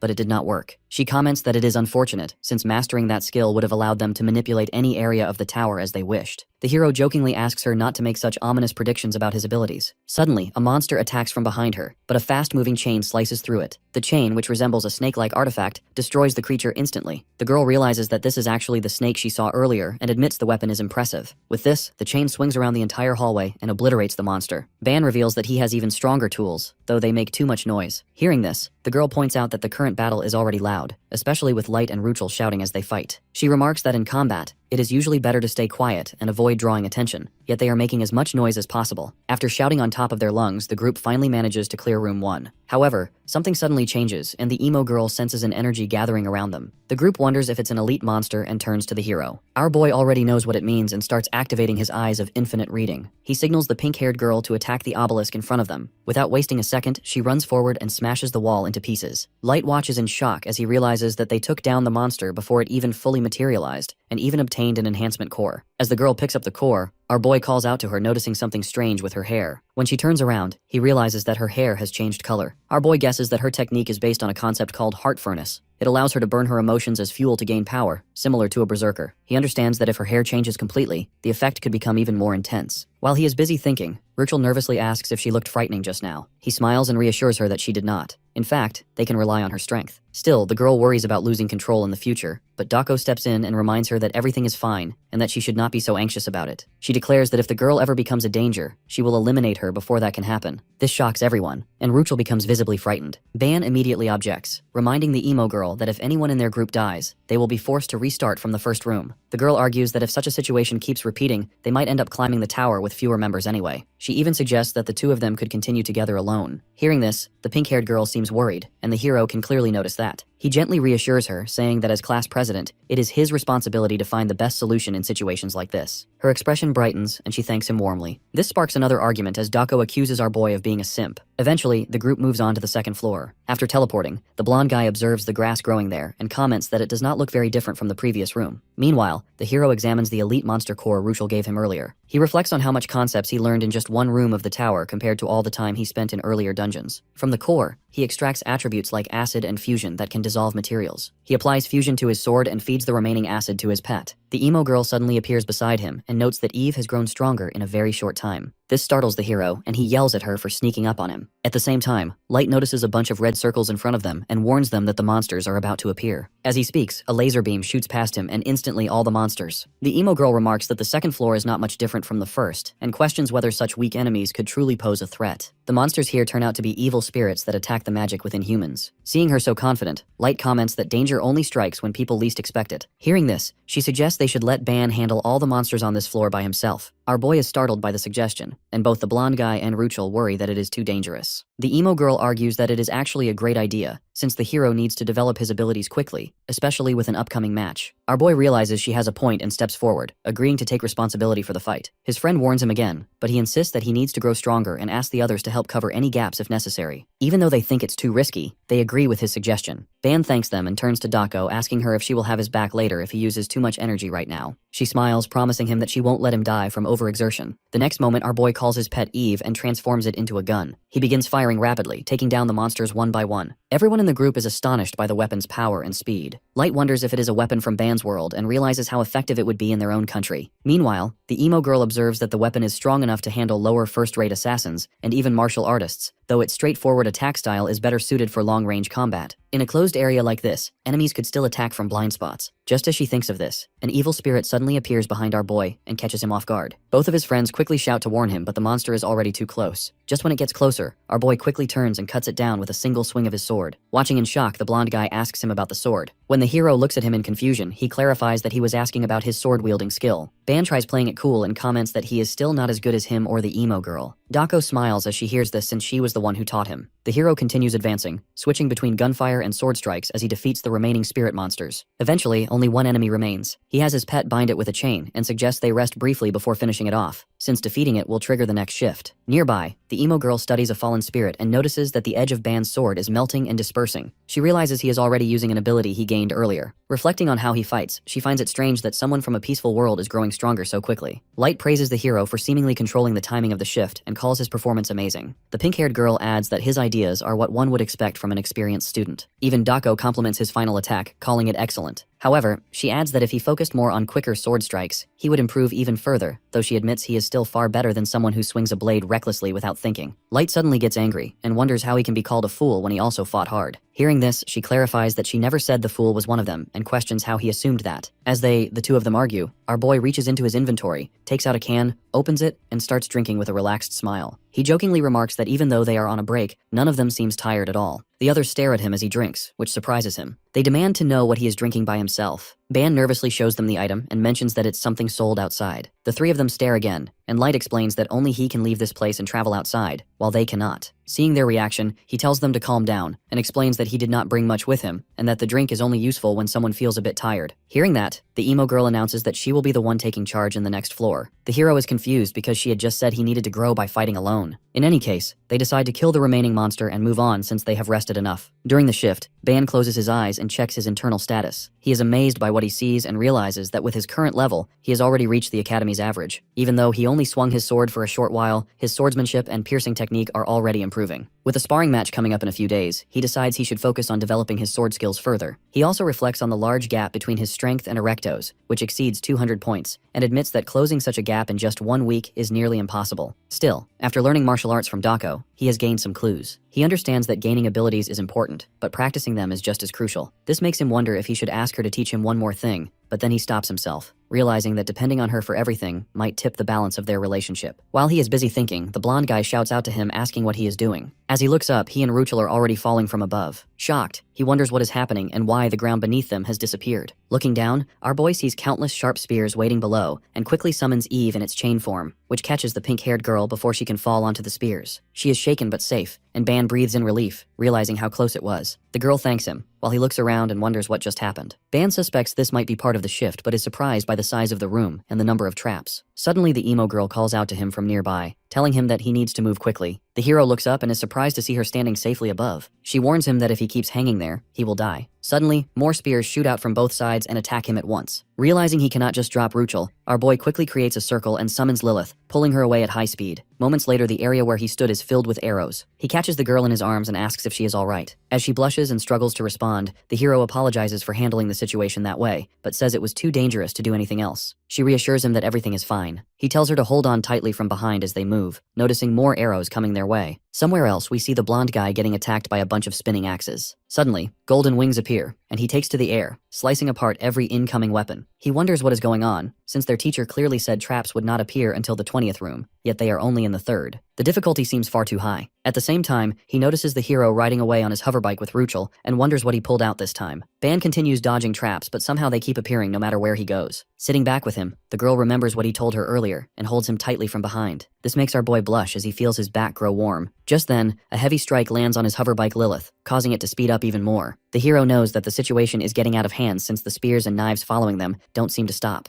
Just then, he notices a golden light attracting all of those spears. When he stops to look, he realizes that it's his friend. The hero is confused by his wings and asks him what those are. Instead of answering, the guy asks him a question of his own regarding the strange thing he is riding. Ban explains that it is a hoverbike and asks if this is his first time seeing it in action as well. Light is puzzled by the name, but the hero brushes the topic aside and instead asks where Dako is. The blonde guy realizes that he has not seen her since they fell into the trap and wonders if she might have been caught somewhere. Our boy dismisses the idea, confident that she would not be trapped so easily and must be nearby. Meanwhile, we see the emo girl moving skillfully through the area, dodging trap after trap. The rest of the group continues moving forward. While flying, the blonde guy asks the hero what they should do next. Our boy explains that according to the manual, they simply need to survive for a certain amount of time, though he does not know how long that will be. For now, he suggests moving to the other side so he can analyze the traps. His friend agrees and dashes off. A volley of arrows fires at once, and Ban notices that the traps seem to be targeting Light specifically. He begins to suspect that the traps activate based on movement and realizes they should not have moved so recklessly earlier. Just then, the pink-haired girl taps him on the shoulder and points to one of the arrows stuck in the hoverbike. This makes the hero furious, and he pulls out the arrow thinking that he should warn everyone not to make unnecessary movements. But then he wonders how they can clear the room if they stop moving entirely. Suddenly, something strange happens with the arrow, and Ban realizes he has absorbed something from it. He is confused because his ability did not work on the first floor and starts suspecting that there must be a reason for it. To test it out, he reaches toward a nearby sword and absorbs it as well. What he absorbs is not a sword concept, but something called beheading.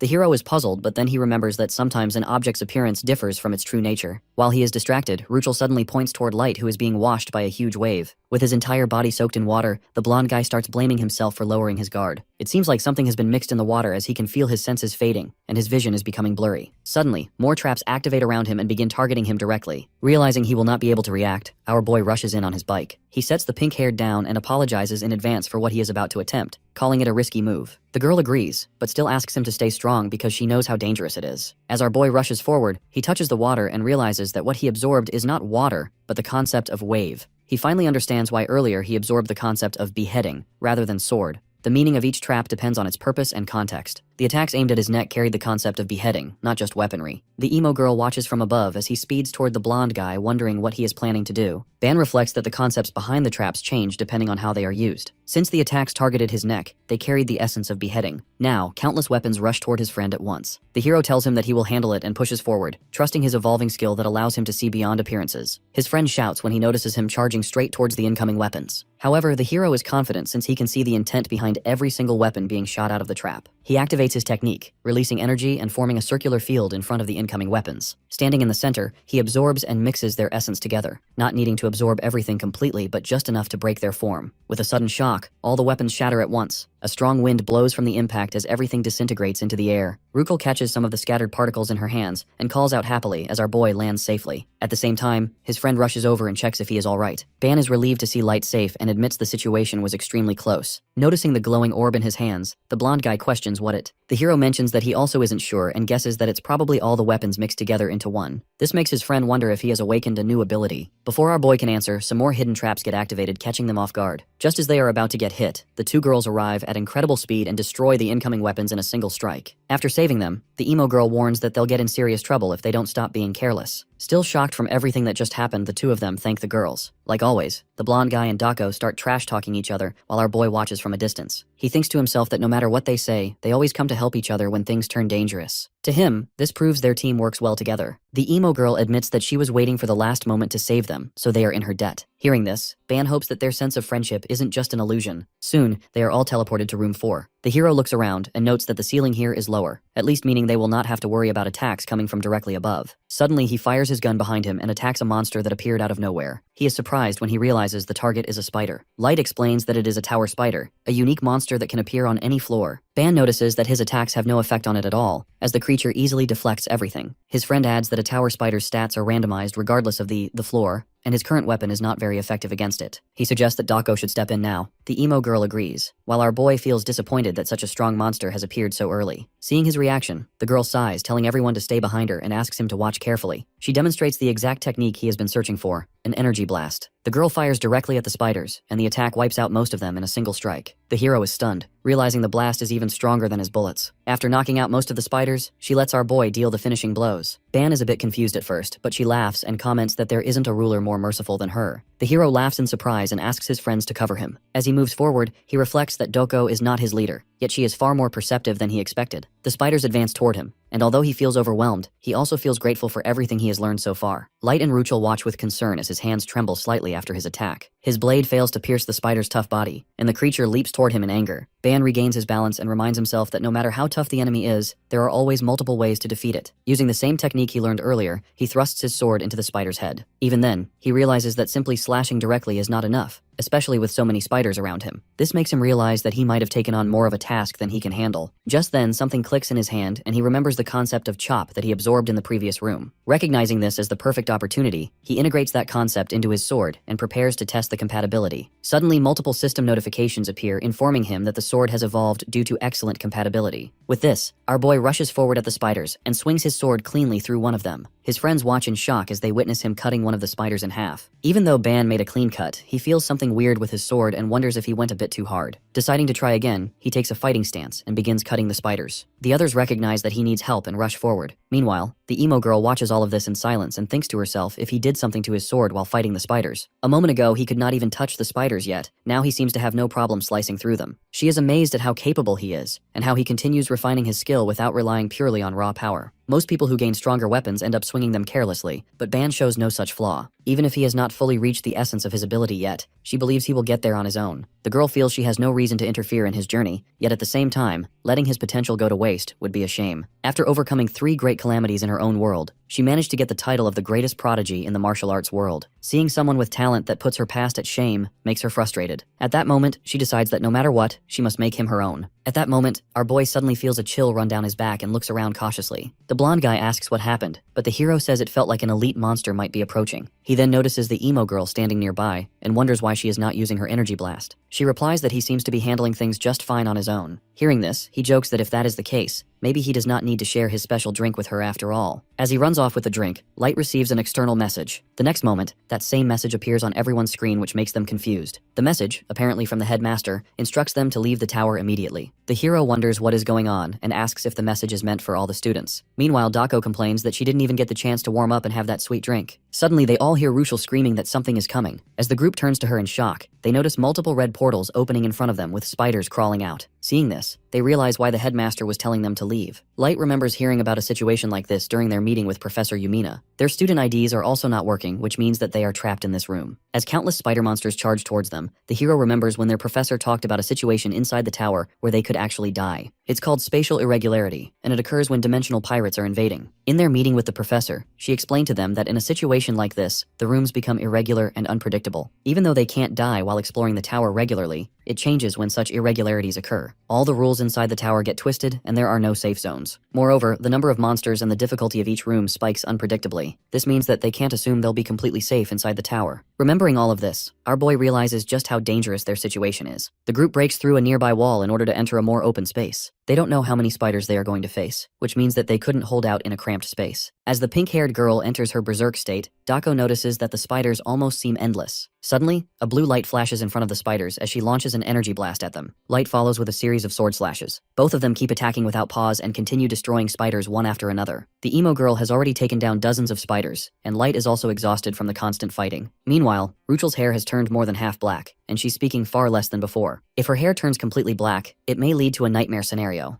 Dako looks at the pink-haired girl and realizes that the beast inside her is slowly going out of control. She admits that she cannot keep fighting like this for much longer and needs a break soon, or the situation will become even more dangerous. Ban quickly gives her a drink and urges her to rest while he handles the enemies for a while. She accepts the drink with a laugh, clearly amused at his confidence. Without hesitation, our boy prepares a bomb, pulls the pin, and throws it toward the spiders. Lightning crackles around it before it explodes violently among the swarm. The blonde guy is shocked by the power of the blast, while the hero proudly mentions that it took a lot of effort to craft. He then speeds toward the spiders on his bike, and tells Light to take a break. Looking at Ruchel, he notices that she still has energy, but she seems too unpredictable in her current state. Monsters keep appearing endlessly, and he knows the best option is to buy time for his teammates to recover. Suddenly, a system message appears beside him, stating that the blood poison effect of his execution longsword has increased, and his blade turns red. The hero does not fully understand what the blood poison is based on, but he decides to test it. With a swing of his sword, he slices through spiders from a distance, realizing that the weapon's range has increased greatly. The blood poison seems to extend his attack range and power, but it drains his stamina heavily. Each swing feels as if he is donating blood, and he senses that he cannot keep using it for long. The blonde guy notices the change in his weapon and wonders what has happened. Turning back, Ban asks them about the pink-haired girl, and they mention that she is busy destroying those spiders. Considering her current state, they decide not to approach her. The hero tells the two of them to rest for a bit more, but his friend refuses, telling him that he has already rested enough. He then looks around and notices that the number of spiders around them has decreased. This is strange because it does not seem like the portals have closed. Hearing this, Light mentions that it can either suggest that the battle is over or they are about to face an even greater threat. As Ruchel continues fighting, she suddenly senses a powerful aura originating from one of the portals. Turns out, the blonde guy was correct as we see a giant spider emerging from one of the portals. Ban is shocked, since such large monsters are supposed to appear only after the 50th room. Before they can process it, Light notices something else and warns him. When the hero turns around, he is almost in disbelief to see another giant spider. The group realizes that they are in the worst situation possible, as they are being surrounded by two elite monsters from front and back. Seeing this, the blonde guy begins to doubt whether anything they learned in school truly matches reality. At the same time, the pink-haired girl seems to completely lose control and charges blindly at the spiders. Instead of trying to stop her, Ban realizes that it's probably for the best. He quickly shouts for his friend to help her take down the spider while he teams up with the emo girl to eliminate the second one. After splitting his group, our boy stands in front of the giant spider wondering what he should do next. Even though he confidently ordered his teammates, he isn't sure if his combination of chop and blood poison will even work on a monster like this. While he stands there thinking, Dako calls out to him from behind and reminds him that she is also fighting the monster with him. Even though he knows he can't win, he is still refusing to ask for her help, which makes her wonder if it's his pride or he is just stupid. Tossing the drink back to him, she comments that it wasn't that bad. Now it is time for her to repay him for the drink. She admits that the thing she is about to show him might be a bit excessive for just a drink, but she won't add it to his debt. The hero watches as she draws her sword and wonders why she is doing this, since she can easily achieve the same result with her bare hands. The girl notices him staring at her and casually mentions that she just doesn't want her hands to get dirty, so she is using her sword. Ban feels flustered and silently apologizes in his mind.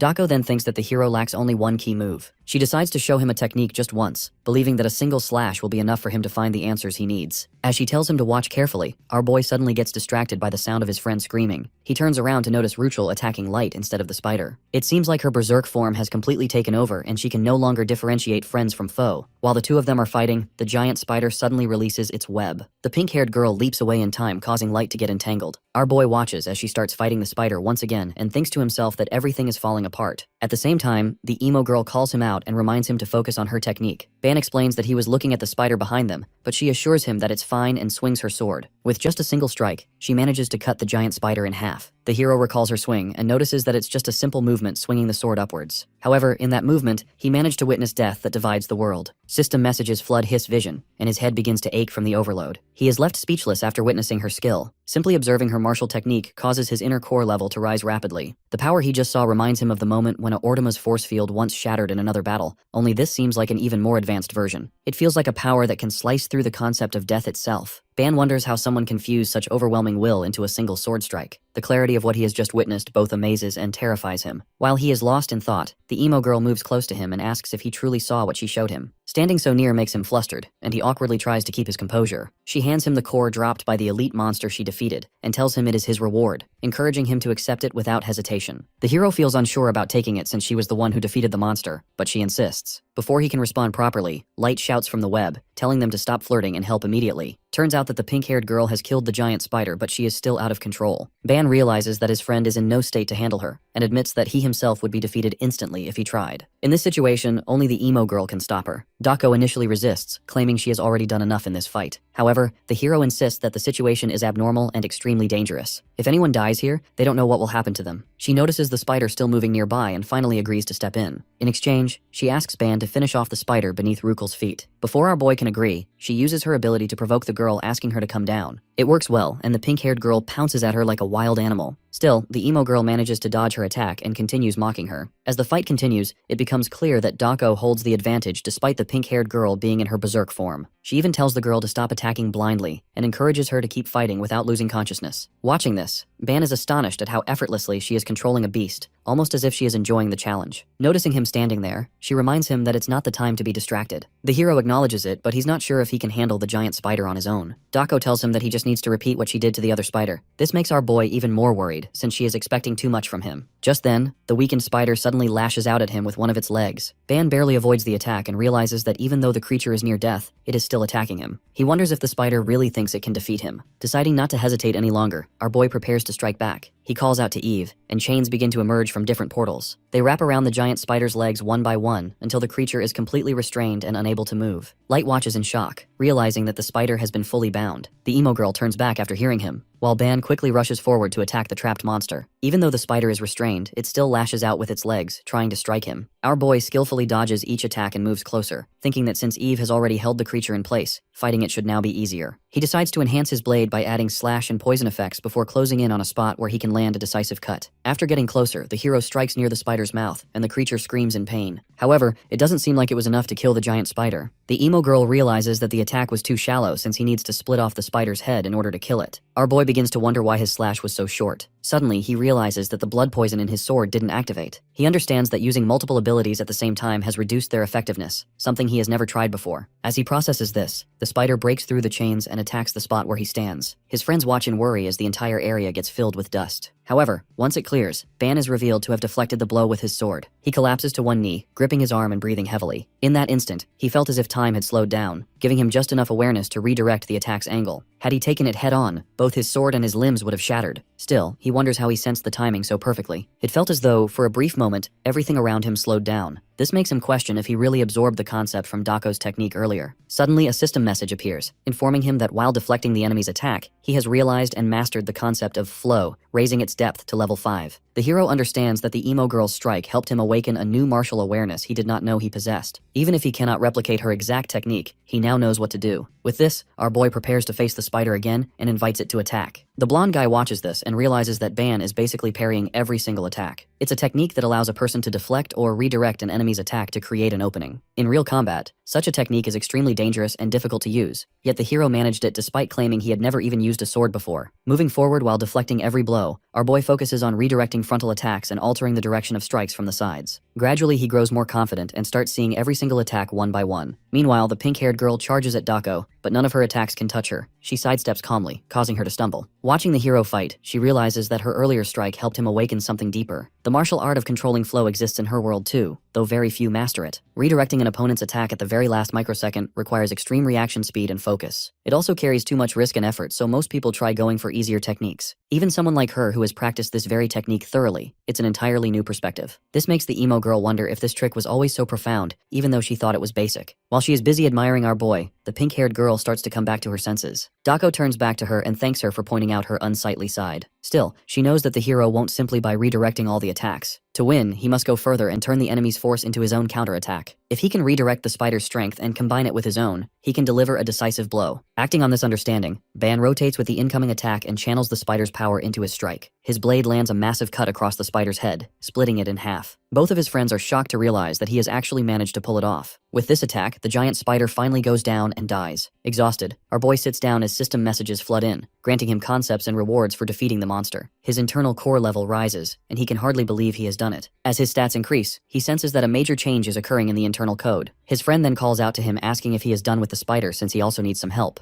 At the same time, the emo girl asks him to take care of Ruchel. Slightly annoyed, our boy comments that they are expecting too much from him, even though he barely managed to kill an elite monster. The blonde guy apologizes, explaining that he hasn't been able to use his magic since he was trapped. Meanwhile, Dako admits that the beast has too much stamina and wishes she had been tied up like their dumb teammate. Hearing this, our boy realizes that this might actually be a good idea. He decides to observe the concept behind the chain's binding light and considers feeding that concept to Eve, so he can use it himself. Once the chain net is complete, Ban throws it toward the enraged pink-haired girl. She is startled as it rushes at her and becomes completely entangled. The hero explains that struggling will not help her escape because the chains will slowly absorb her magic. Seeing her trapped leaves both Ban and Light feeling awkward, and his friend even covers his eyes, insisting he should not look. The emo girl then tells them to stop worrying about that and focus on the fact that everything here seems to be over. However, it still doesn't seem like the shift to the 5th room is happening. Thanks to the chains, the pink-haired girl slowly starts regaining her senses. Moreover, their student IDs are also working again, so they decide it's time to leave. Just then, a red-colored energy begins to gather nearby, and a mysterious voice calls out to them. All 4 of them are surprised. The voice acknowledges that they have overcome the trial and offers them an opportunity to form a contract with the Observer of the Thousand Eyes. The scene then shifts outside the tower where Professor Yumina waits anxiously, worried because her students still haven't returned from the tower. Suddenly, a teleportation circle appears, forcing her to shield herself from the light. Moments later, all 4 of them emerge from the tower. After teleporting, Ban checks on everyone, and they confirm they are fine. The teacher rushes over, relieved to see them, and anxiously checks whether they are hurt or affected by anything. The hero reassures her that everyone is safe and asks her to calm down. Professor Yumina explains that a message had been sent out for everyone to return, so she was extremely worried when none of them came back. When she asks what happened inside, the hero gets nervous and suggests they keep walking for a bit. After moving somewhere else, he explains everything that went on inside and questions what was going on the outside. The teacher lowers her head and admits that a student was killed by an outsider. Even though the academy is trying to resolve this issue, the students who were in the same party are devastated. The irregularities inside the tower occurred because of this. She then reminds them of their conversation about dimensional pirates, explaining that if they kill a student and take their ID, the student can't revive and will be trapped inside the tower forever. Our boy asks her what happened to the intruder, and she replies that they escaped after causing the incident. Hearing this, the emo girl comments that it sounds like everything was carefully planned. Even if those pirates are not academy students, many such intruders try to climb the tower. New students entering the tower create the perfect opportunity for them. By killing academy students, they can damage the academy's prestige and obtain qualifications to climb the tower themselves, along with student IDs as proof. The academy, however, tends to treat fighting these pirates as just another trial that new students must overcome, placing all responsibility on them. She questions how acceptable that is. Even the professor is speechless listening to all of this because she knows it's the truth. The girl continues, adding that there are people who break all the rules to invade the tower, yet the academy still can't stop them from killing their students despite being considered the best institution across dimensions. Responding to her harsh criticism, the professor insists that the Union Academy does have a duty to protect its students. However, once they enter the tower, it becomes their own responsibility. If the tower itself chooses to favor the pirates over the students, there is nothing the academy can do, because it is the will of the tower. This explanation angers Dako, who dislikes the idea of leaving everything to the tower's will. She uses her student ID to teleport away before the professor can stop her. Ban tries to make her understand, explaining that there was something unsettling inside the tower. He reveals that before they returned, they encountered one of the constellations. We learn that constellations are transcendental observers who watch over many dimensions. When they find someone useful, they offer contracts, granting powerful magic, special abilities, artifacts, and other benefits in exchange for loyalty and certain demands. Very few people refuse such offers, especially in a world where power is everything. These constellations are extremely attractive partners, and almost no one turns them down. The hero explains that the constellation spoke to him in a strange voice and offered power in exchange for fulfilling its demands. Instead of reacting with fear, the professor becomes excited. She says that meeting a constellation on the very first day in the tower is unprecedented in the academy's history. Encountering one so early means his talent has already been recognized. Ban is taken aback by her reaction, and she confirms cheerfully that this is indeed a sign of exceptional potential. The hero then asks what the academy thinks about forming contracts with constellations. The professor admits that officially the academy believes in natural growth, but if a student receives such an opportunity, the academy encourages them not to waste it. In this dimension, the tower is the place where constellations focus their attention the most, and climbing it is extremely attractive to them. Hearing this, our boy feels uneasy since he finds it hard to trust an institution that cannot fully defend its students from intruders, yet still maintains friendly ties with mysterious beings about whom little is known. The professor then asks what exactly the constellation demanded from him. With a serious expression, our boy reveals that it asked for murder. This makes the professor shocked, and he further explains that the being offered to form a contract with 2 of them. If one of them killed the other first, that person would be chosen. The voice in the tower spoke about those with hot blood and great potential, urging them to cut down their companion and offer the sacrifice in exchange for becoming a favored partner until reaching the top of the tower. Our boy internally rejects the idea, finding it absurd and disgusting to kill friends for a bit of power. However, as he glances at the emo girl, he notices that something is wrong with her. Dark energy begins to gather around her, and she tells the constellation to leave her alone and go away. Hearing all this, Professor Yumina concludes that she must have released a large amount of energy at that moment. Ban confirms that she forced the constellation to withdraw, and reflects that these beings treat people like toys, and test them in cruel ways, which he finds revolting. Because of the danger, the professor announces that no one will be allowed into the tower for a week, while the academy monitors it and searches for intruders. Ban thinks about his upcoming duel, and realizes that with the tower closed, he must focus on training during the limited time he has. He tells the teacher that he wants to submit a full report of everything that happened inside. She agrees, but says she would also prefer to hear it directly from all of them when possible. However, she can see that everyone is physically and mentally exhausted, so she decides to let them rest. Understanding that they went through a lot, she praises them for doing well and assures them she will try to prevent such incidents from happening again. The professor hopes they will not think too poorly of the academy and reminds them to get plenty of rest. As the group prepares to leave, the teacher calls the hero back for a moment. She asks him directly whether the observer of all sites simple chose 2 people from their group or it deliberately chose him and Dako for the contract. The hero freezes in shock as he hears this, since she is probably right. He realizes that the constellation wasn't trying to pit them against each other, but simply telling him and the emo girl to get rid of the useless members from their group. In return, it promised to fulfill their true potential and make them climb to the top of the tower. Back at the dormitory, our boy notices Light still curled up on the couch, so he tries to joke around, commenting that not even Ruchel can pull of a pose like that. After getting no response from the guy, he decides to move on, but his friend suddenly asks if he is teasing him for sitting unmanly. When the hero reacts in confusion, the blonde guy admits that he was just trying to vent, so if he wants to insult him, if he can do it freely. Still confused, our boy rejects it, which makes the guy smile as he sarcastically asks if he is not even worth insulting. Ban can't figure out what is going on since the blonde guy is usually so full of himself. Looking up, Light admits that he hates him. This makes our boy a bit irritated and he is really tempted to say something mean, but he holds back, trying not to escalate the situation. Sitting down with his friend, he encourages him to say whatever is on his mind, even if it's a complaint. After a moment of silence, his friend explains that in the world he comes from, he was known as a prodigy. His family and others constantly praised his talent, and he was entrusted with a holy sword. Before he left, people told him to gain the tower's power and become the final guardian who would protect everyone. Because of everyone's expectations, he formed a contract with the sword and came to the academy to fulfill their wishes. However, he now feels lost, wondering what he is even doing here and why he is being treated like a burden. Hearing this, the hero tells him not to take the words of that divine being seriously. Light responds that whether the being is divine or not, it chose the 2 of them, not him. He feels like an extra weight beside those who were selected. Light also points out that transcendental beings possess overwhelming strength and knowledge far beyond humans, so rejecting their offer seems difficult to understand. Our boy insists that the offer is clearly wrong. There must be many ways to become strong without killing anyone, and neither of them should listen to such nonsense. Light argues that the hero can think that way only because he has overwhelming talent. If he himself had received that offer, he might have hesitated at the demand to sacrifice them all, but he wouldn't be able to reject it as firmly as him or Dako. This means that deep down, he could actually make that sacrifice, which makes him hate himself. After talking to him, our boy takes a shower and returns to see him asleep on the bed. As he quietly prepares to leave, the blonde guy apologizes for what he said earlier, admitting he spoke out of jealousy and that it was not really his fault. The hero smiles and reassures him that they are friends, so he can say such things anytime. He tells Light he is stepping out for a bit and leaves some hot chocolate behind, saying that something sweet might help clear away unpleasant feelings. Light thanks him as Ban leaves the room. Outside, our boy reflects on how much his friend has changed since they first met. At the same time, the emo girl notices him from across the hallway. While the hero is busy thinking about Light, she immediately appears in front of him and startles him. Ban asks her what she is doing in the men's dormitory, but she tells him to keep quiet since it won't be a problem if no one finds out. With this, she forcefully grabs him using the towel and takes him outside. As the 2 of them sit outside, she asks him about the blonde guy while referring to him as the burden. Hearing this, our boy asks her if she is calling him that. The emo girl bluntly lists Light's flaws, claiming that he only knows how to swing his sword and lacks real talent or adaptability. Ban defends him, saying he has swordsmanship skills and will gain more abilities with time. However, the girl counters that most of his strength comes from the sword itself. His strong body, sharp techniques, and special abilities are all tied to it. Without the sword, she thinks he would be useless. She continues listing his weaknesses, saying he struggles to understand situations, lacks confidence, and often freezes at crucial moments. As the hero listens, she explains that in such a serious situation, if the blonde guy loses his spirit, everything could fall apart, and there won't be any point in being together. Moreover, Ruckle is also not saying anything, which makes it worse. The hero wonders whether she is insulting the guy or actually worried about him. After a moment of silence, he asks about her instead, noting that she also behaved strangely when she met the divine being and seemed irritated afterward. The girl becomes flustered and asks whether he is worried about her and whether he used some ability to figure it out. Ban calmly replies that he does not need any special ability since her face makes it obvious. He hands her a cup and simply asks if she is okay. Dako takes the cup and realizes he is trying to comfort her. She comments that the drink is sweeter than she expected and thanks him for worrying about her. However, she claims it's nothing serious and she was just irritated back then. When the hero asks what caused that irritation, she explains that as an observer of countless worlds, she can't help but wonder if both of them have the same idea. Hearing this frightens our boy and he asks her what she means. The emo girl mentions that the essence of their ideas is the same. If she thought her teammates were useless, she might have decided to get rid of them. Our boy can't believe she is saying this and asks her what she is talking about. Dako admits that it's making her frustrated because if she only had been a bit more radicalized, even if she didn't kill her useless teammates directly, she might have left them behind to die. That realization makes her angry at herself. After hearing her admit that such a possibility could exist, Ban finishes his hot chocolate and turns toward her. He concludes that if she can agree with that harsh logic, then she must also be foolish in her own way. His words catch her off guard and make her blush as she thinks that she has just revealed one of her deepest thoughts. yet this is the reaction she receives. The girl then questions whether Ban truly believes the others have talent. The hero answers with complete confidence, explaining that if they lacked talent, they would never have made it this far. He says that Light clearly has natural skill with the sword,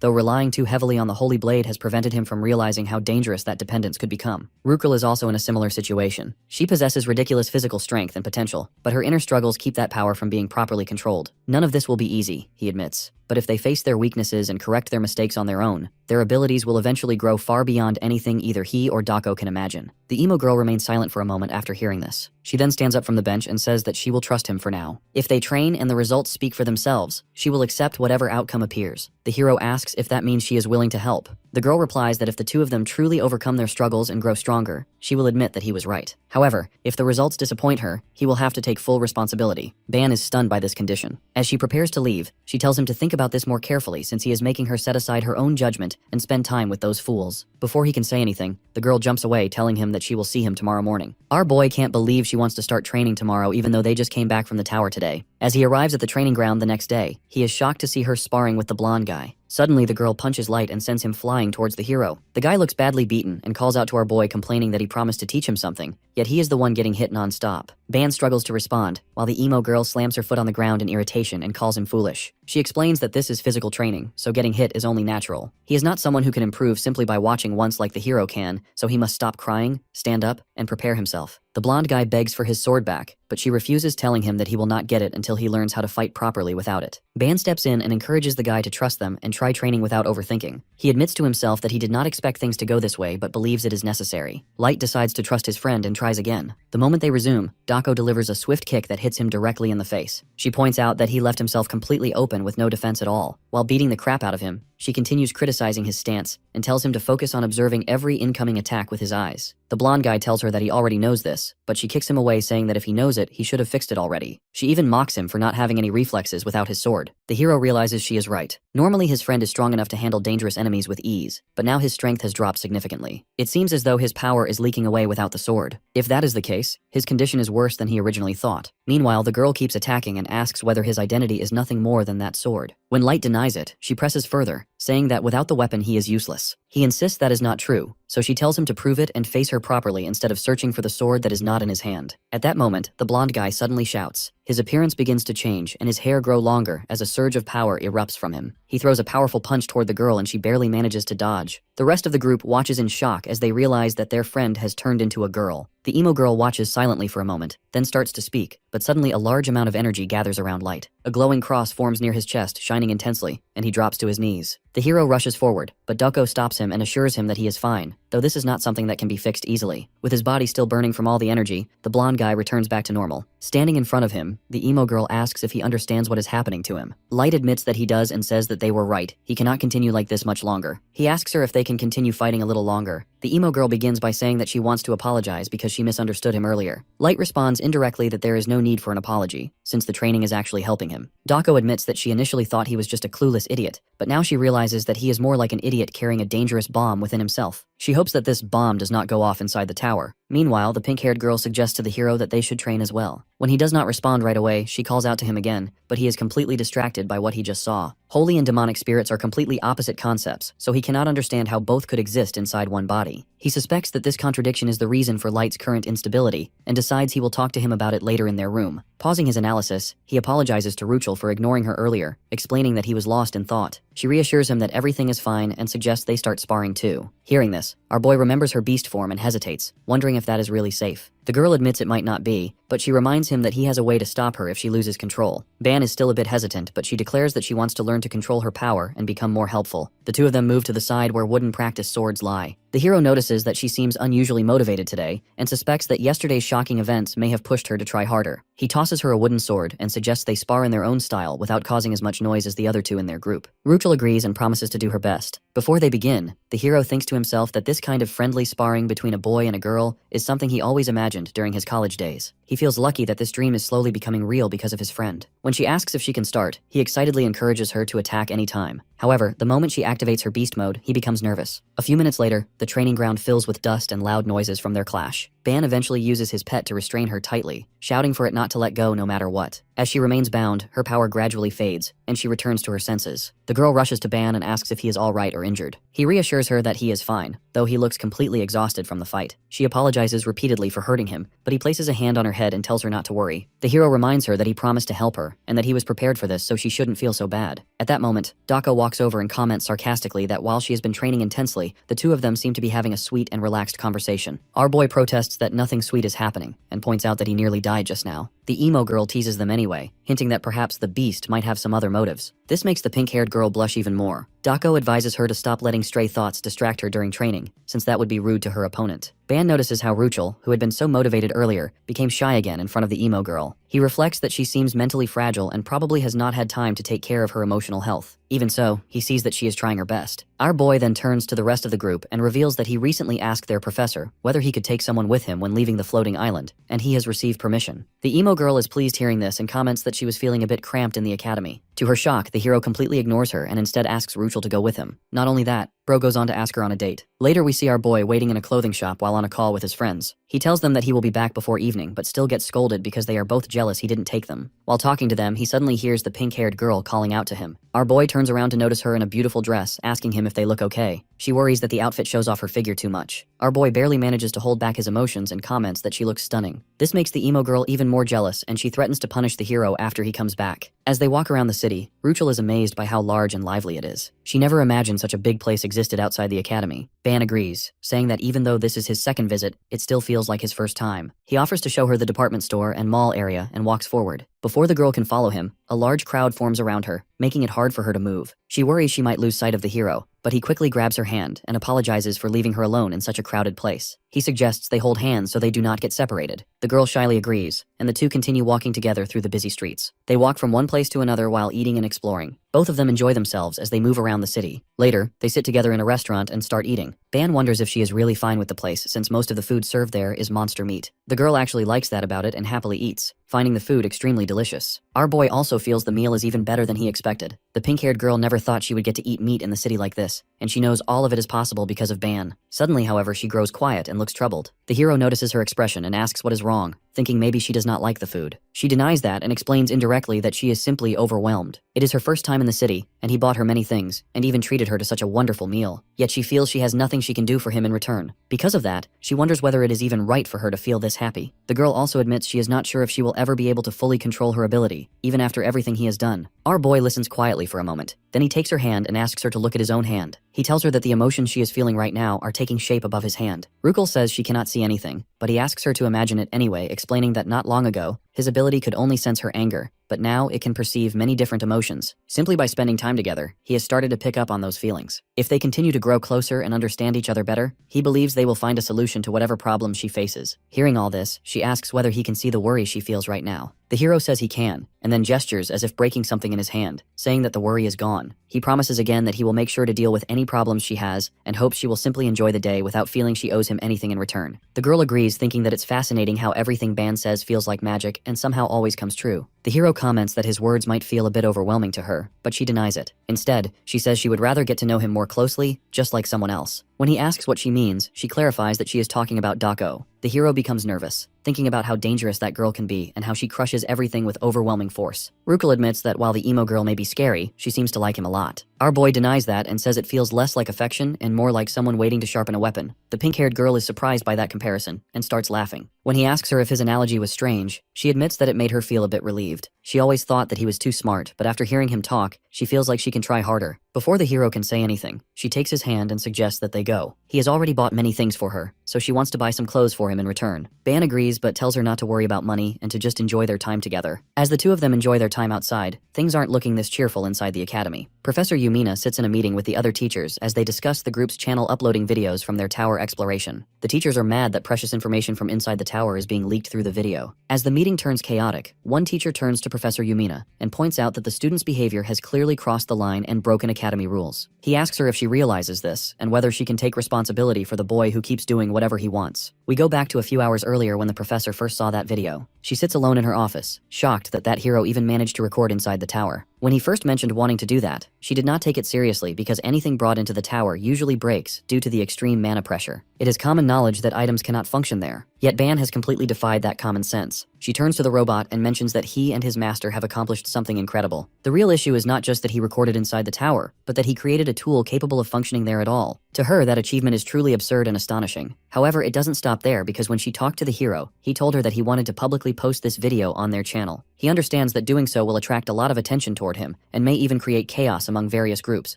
but he believes it is also a way to gain favor from the Academy's students. Professor Yumina wonders if he is truly certain about this decision. The information he gathered inside the tower required immense effort, and she questions whether he will regret revealing it to everyone. Ban explains that all the hard work will ultimately benefit the students as well. He points out that he is currently the only one capable of recording inside the tower, so it's almost like he can show whatever he wants. Certain sensitive parts, such as the conversation with the constellation that appeared before him, will be edited out, while the rest of the information will help others. The professor accepts his reasoning and inwardly admires him. She remembers warning him once about the unfair reality of the Academy, but never expected him to handle things in this way. Still, she advises him to be careful because there will be many rules and situations he must navigate. The hero agrees and says that this incident could cause both small and large changes. Because of that, he believes they need to stabilize their position within the Academy, and mentions that this will allow her to watch over them. Hearing this, she feels unexpectedly touched by his concern and admiration. She tells him that if he truly wants to stay safe, he should avoid taking such risky actions. Yet in her thoughts, she senses that what the hero is doing may become something significant, something that could reduce the gap between different dimensions. That realization makes her feel that she should trust and support him. Back in the staff meeting, she argues that making a video inside the tower is his personal matter and does not see why it should be considered a problem. She also questions why she should be held responsible for his actions. Professor Cantone smiles and remarks that she is quite skilled at hiding her true feelings. He suggests that it is obvious she cares deeply about that student. Another teacher named Talia from the Artifact Creation Department joins the discussion and asks the professor to be honest about who the boy really is. Yumina insists that he is simply a normal student who joined the academy this year. The green-haired teacher refuses to accept that explanation and argues that if Ban were truly normal, this situation would not make sense. There should be limits to selfishness, and revealing such important information about the tower without consideration goes against academy rules. The professor counters that the only reason recording inside the tower was impossible before is because they lacked the necessary technology. Now that someone has achieved it, the discussion should not be about rules, but about how to use this new ability. Cantone then asks her to explain this technology and ability clearly so that everyone can understand. Talia, who has worked in the field for 200 years, says that no items from outside the tower have ever functioned inside it. Recording equipment in particular should be impossible to operate there because the mana pressure inside the tower destroys any circuits. The more she researched the matter, the more convinced she became that no machine can work inside the tower. It is a law that cannot be broken. Yet Professor Yumina states that Ban has already proven otherwise. The other professor grows even more curious and wonders what is special about him. She questions whether he truly comes from a lower dimension without mana and why he alone seems exceptional. Suddenly she remembers the artifact used for recording and demands that it be brought to her so she can dismantle it and study its components. The professor firmly refuses, stating that the artifact is a student's achievement and she will not allow anyone to tamper with it, even though she was told to bring it along. Hearing this, the other teachers react loudly, accusing her of refusing to cooperate. At that moment, someone raises a hand and calls for calm. The atmosphere has become too heated, and everyone is told to remain silent until things settle down. The person speaking is Vice President Xenon. Once he intervenes, everyone quiets down. He thanks Talia for her 2 centuries of research and acknowledges that if someone with her experience considers the artifact extraordinary, then it must indeed be something remarkable. The professor admits she cannot fully explain it but insists it is special. The Vice President then makes a startling claim. In short, he says that Ban is the only person in the world who has been recognized by the tower itself. The teachers react in disbelief, arguing that the hero entered the tower only once and comes from a lower dimension, so such recognition should be impossible. Xenon replies that whether they believe him or not is their choice, but there is another reason Ban is special. He asks Professor Yumina if there is anything else in the video she wishes to share from the video. The professor is surprised by this, and he explains that perhaps she is unaware, but the hero and the classmates who accompanied him were the only ones who have been chosen by the constellation. Hearing this revelation, Talia reacts with shock, realizing that this matter is far more extraordinary than anyone initially believed. The teachers are in disbelief that a boy who has entered the tower for the first time has already been chosen by a constellation. Professor Yumina responds that forming a contract with a constellation is a student's personal achievement, and such matters should not be discussed so casually. The Vice President interrupts and asks her to tell the truth. He wants to know whether Ban or the students who were with him actually made a contract with a constellation. The professor wonders privately why the Vice President is pushing the matter so far. She then states that neither the hero nor the others made any contract with a constellation. Hearing this, the Vice President concludes that they must have refused the contract. He believes this makes them far from ordinary. Facing the pressure of a constellation is not easy, and it must have been extremely difficult for them to respond at all. If that is the case, he decides that the hero and all the students who were with him should attend his lecture. The other teachers are stunned. They point out that if none of those students made a contract with a constellation, then why should they receive the privilege of attending a senior level class? The vice president explains that what matters is not whether they formed a contract with a constellation, but that they were chosen by one. Being selected alone proves how far they might go. Since they refused the contract, other constellations may now take interest in them as well. As a teacher who guides students chosen by constellations, he considers Ban to be one of his own students. The other professors can't really argue with this logic, so they hesitantly agree. The vice president then returns to the earlier topic about spreading the recordings from inside the tower. At present, there is no basis to place all the blame on that student. Questions about his abilities can be asked privately, but accusations are not appropriate. Professor Yumina realizes that the meeting is not really about how the hero should be treated, but about the president's intention. He is simply using the vice president to deliver his message. The vice president then gives a firm warning that if anyone tries to create trouble for that student during this process, both parties involved, whether student or teacher, will be expelled from the academy. With that, the meeting ends, and everyone is told to spend the remaining weekend peacefully. Professor Yumina is relieved since the hero now has the favor of the president. While she is sitting there, Professor Cantone approaches her and suggests celebrating the student's success with a drink, but she teleports away without responding, leaving everyone in confusion. The other professors feel bad for the guy and invite him for a drink. The next day, the hero carries his food toward his seat when a large crowd of students suddenly gathers around him. Many introduce themselves and try to talk to him at once. Some even try asking him out on a date. The overwhelming attention leaves Ban confused. Dako watches this from a distance and asks why so many people have gathered around him. Light explains that the video they uploaded from inside the tower has gone viral. Their channel has already surpassed 2 million subscribers, and it is now difficult to find anyone in the academy who has not seen it. The emo girl admits that she did not initially think recording the video was as impressive as his other abilities, but seeing everyone's reaction makes her realize how outstanding his ideas and skills truly are. Ruchel quietly observes her while watching the situation unfold. Our boy eventually reaches his seat with his food and wonders what is happening so early on a Monday morning. The pink-haired girl praises him for his work, while Light jokingly welcomes him to fame. Ban feels exhausted by the attention and says it is still better than watching them argue constantly. He reminds them that they also have fans and should treat anyone who approaches them kindly. Nearby, a few students whisper skeptically, claiming that the video must be fake, and question whether it even makes sense for someone to reach the 4th room of the tower so quickly. Some insist that people from lower dimensions often rely on tricks and predict that the truth will be exposed soon. Hearing this, the hero remembers that his duel is scheduled for the next day against the stone guy. He realizes many people are eagerly waiting to see him fail. His friends agree with him and worry about his fight, but the emo girl seems calm. She turns to our boy and simply asks him to try his best. The scene then shifts to the following day. Inside the arena, Ban stands facing the rock guy. The referee announces that the duel will be broadcast live on the school's official channel and asks both participants to confirm their agreement. They both accept, and a document is presented for them to sign. The hero reads the duel document and is shocked by what it implies. It states that the fight will continue until one of them can no longer continue, even if that means broken bones. While he is still going through the details, his opponent approaches and starts provoking him. The rock guy taunts him further, implying that he must be scared and suggesting that if he wants to surrender, he should crawl under his feet and bark like a dog. Hearing this, the our boy makes an odd expression, trying to understand what he means. Around them, others complain that people from the lower dimension have been causing trouble for a while and urge Erecto to break Ban's legs quickly. Ortama quietly watches, while our group checks the livestream viewer count and notice that most of the audience is insulting the hero. They point out how unfair it is that everyone is targeting him, yet they also believe this was bound to happen. With so many people watching, our boy has no choice but to prove himself, since he clearly has the talent to reach the top. Ban thinks to himself that he never expected to hear such humiliating words. He even compares the situation to something out of a low-quality novel. Looking back at the rock guy, he asks if he has been preparing hard to provoke him since the comment he just made actually worked. Erecto mocks him further and smirks, telling him that he won't be able to stay calm for longer. Hearing this, our boy walks a bit further and challenges him to find out for himself. This enrages the stone guy, who demands that the teacher start the match immediately because he wants to break Ban's limbs. The teacher nervously announces the start of the match between the rock guy from class 1 and Ban from class 11. Erecto immediately launches a powerful punch, rushing forward with confidence. However, our boy easily dodges the attack and uses a technique that creates a reverse movement, slipping behind the guy without him noticing. From there, he strikes the back of Erecto's head with his sword, dropping him to the ground in a single move. Ban reflects that the most effective way to handle a rock-like opponent is the reverse method, a technique he learned from Dako. The night after he and the pink-haired girl went on a date, she sat him down with the entire group and explained that mastering this method requires many trials and errors. It only becomes reliable after being tested against different opponents and techniques. In order to test it out, she hands him a wooden club and declares that she will try to hit him with different angles, speed, forms, and intentions. If he can manage to counter her attack even once, that stone guy will never be able to touch him. Our boy realizes that she was right even though she almost killed him during training. Erecto gets back up in confusion and asks what is going on, but he suddenly feels a sharp pain in his head and falls down again. Seeing this, our boy realizes that the technique is working well. Before attacking, he infused his sword with wave energy, which seems to transmit well within his rock body. This makes his opponent furious and he starts threatening him again. Our boy sits down in front of him and asks him if he can stop crying and attack already. Otherwise, he can just surrender here and end the fight. The rock guy can't take the disrespect anymore and tries attacking him, but the hero slides back in time. His entire body starts smoking as he shouts, calling Ban a lower dimension mongrel. Our boy realizes that the guy has almost lost it and begins to worry a bit. When Erecto prepares to attack again, it becomes clear that he is trying to kill the hero. Once again, our boy easily dodges and calls him a fool for going with the same technique. Since his opponent is not changing his moves, Ban also decides to counterattack using the same technique and slashes his arm in multiple pieces. The rock guy screams as his solid arm is slashes off like butter. Even the vice president is surprised watching this and realizes that it's just a one-sided match. Meanwhile, the rest of the viewers can't believe what they have just witnessed. Light mentions that they are in disbelief because the hero has grown so much stronger compared to when he first enrolled in the academy. Students in the crowd slowly begin to realize that the skills he showed in his videos were actually real. The referee is also frozen trying to figure out what just happened. Just a week ago, Ban seemed like an ordinary kid, but now he is almost unrecognizable. While he is thinking, he suddenly gets a message from the professor's assembly. Meanwhile, our boy stands in front of the rock guy and wonders what he should do next. Attacking someone on the ground seems a bit pathetic, so he prepares to force him to stand up. However, before he can do anything, the teacher raises his hand and announces that the match is over. He explains that the stone guy is unable to continue fighting, so they are ending the duel to protect both fighters. The hero is confused and asks him what he means by protection. He knows that if he was the one getting beaten up, they would never stop the match. When he tries objecting to the professor, he immediately dismisses his concern and tells him to leave the ring. Even though our boy doesn't like his decision, he decides not to say anything and walks away. This makes him frustrated since the duel ended without declaring a winner or loses. Still, he didn't lose, so it's all good. As he walks a bit further, he hears the professor trying to calm down the rock guy. He tells him to stay down because he can't fight anymore, but Erecto is not ready to surrender before a lower dimension creature. Threatening to kill the hero, he charges forward while the professor begs him to stop. He even asks the hero to dodge the attack, but our boy is in no mood to run away from this fight. Since his opponent is trying to kill him, he takes out his sword and prepares to face him head on. Ban knows that the rock guy heard the professor telling him to stop, but he still chose to break the rules and charged in. In his eyes, both he and the professors are fools, and they're finally starting to piss him off. With this, our boy delivers an insane counterattack, cutting Erecto's arm in half. The entire crowd erupts in screams as they witness one of the strongest Class 1 students on the ground. The professor tries to calm him down, saying that they can reattach his arm. At the same time, our boy notices a system window appearing in front of him, asking if he wants to steal the attributes from Erecto's arm. While he wonders if this is possible, the professor frantically tries contacting the medical team. Despite all of his injuries, it appears that the rock guy is still conscious. The professor suddenly turns to the hero and asks him why he didn't dodge his attack, even though he was clearly instructed to do so. Ban apologizes and explains that it all happened too quickly for him to respond, so he only reacted instinctively. His response makes the professor furious, but he suddenly hears the vice president's voice telling him to stop. He mentions that he will be one asking questions from here on. After introducing himself to the hero, he instructs him to answer all questions carefully. Even though that last attack from Erecto was reckless, there is no way the hero couldn't dodge it. The only reason they stopped the match was that the gap in their skills was too much. After saying all this, the vice president once again asks him for the actual reason he didn't dodge that last attack. Even though our boy has the ability to use the power of language, he can still feel a terrifying pressure from the words being spoken through the screen. This makes him wonder who the vice president actually is. Ban explains that he chose to counterattack instead of dodging because a student who ignores a teacher's authority and breaks the rules deserves to face consequences. He adds that sparring matches must strictly follow rules, and he wants to ensure that no student thinks they can secretly attack after a match ends. Since many students and even people from other dimensions are watching, he believes that simply dodging would send the message that rules do not apply when facing someone from a lower dimension. He says he made his decision quickly but believes it aligns with the Academy's principles. Hearing this, the vice president internally laughs, admitting that the hero gave a clever answer since he knows that there are many people listening. Even though it was an issue between two students, he tried expanding it to the entire Academy. The vice president speaks out, admitting that his words are correct. Students who don't follow the rules need to be punished, but punishing them is the responsibility of him and the Academy, not other students. All of this makes the referee excited, as he thinks that the hero is finished, since he is against the vice president himself. Ban admits that he was wrong and states that he is willing to accept any punishment. To everyone's shock, the vice president declares that he had no intention of punishing him. He was only curious to know why he acted that way. Since Erecto was the one at fault, his actions were purely in self-defense. The other professor tries to object, but the vice president shuts him up immediately, even scolding him for failing to stop the student from attacking. Since reattaching the rock guy's arm is not a difficult task, he decides to end the matter there and tells all the students who witnessed the duel to return to their seats and focus on their next classes. Relieved that everything has ended without further trouble, the group begins to disperse. The vice president encourages the hero to keep working hard and tells him he may leave. Ban bows politely and starts to go. As he walks away, the vice president casually remarks that they will meet again, which leaves our boy slightly confused about what that might mean. He soon rejoins his friends and they excitedly welcome him back. While they discuss his impressive performance in the duel, the emo girl joins in and comments that he has become even stronger. The hero credits her training for his improvement, but she clarifies that she is referring to the power he obtained by absorbing Erecto's arm. Ban is surprised that she knows and admits that he did absorb that power. The scene briefly recalls the moment when the system message appeared, offering him the chance to absorb the power. Out of curiosity, he tried absorbing a small portion, and it worked. Until now, he had never been able to manipulate the concept of a living being in such a way. but now it seems he can absorb power from specific parts. Dako thinks this is a good thing and wonders why he looks uneasy. Our boy admits that at first he felt happy about gaining strength, but once he calmed down, he realized that he had not cut off a monster's arm, but a human's. Feeling happy after severing someone's arm makes him uncomfortable. The girl tells him not to overthink it because from her perspective, Erecto was the one who tried to kill him first, and losing an arm is simply the price he paid. In a life and death situation, she believes there is no need to feel sympathy for someone who intends to kill him. Ban eventually agrees, smiling and admitting that he may be overthinking things. While the group is engaged in their usual banter, our boy receives a message on his screen, which makes him a bit surprised. The message announces an important lecture being held by Vice President Zenon about the constellations of Babylon. It explains that the lecture will cover how to effectively gain support from constellations, how to negotiate and form contracts with them, how to avoid angering them, and even how to shift smoothly from one constellation to another. Although the lecture is primarily for senior students, Class 11 is also sincerely invited to attend. As they head toward the lecture hall, some people nearby whisper and gossip about the hero, pointing out that he is from a lower dimension, yet he is walking confidently. Hearing all of this trash talk, Ban turns to his group and jokingly remarks that in his world, there is a saying that the more people speak badly about you, the longer you live. The emo girl responds that if it's true, he might become immortal. Before our boy can walk further, the pink-haired girl gently grabs his sleeve and asks if he is truly okay after everything that happened. She worries that more people will start to hate him. He reassures her that he is fine.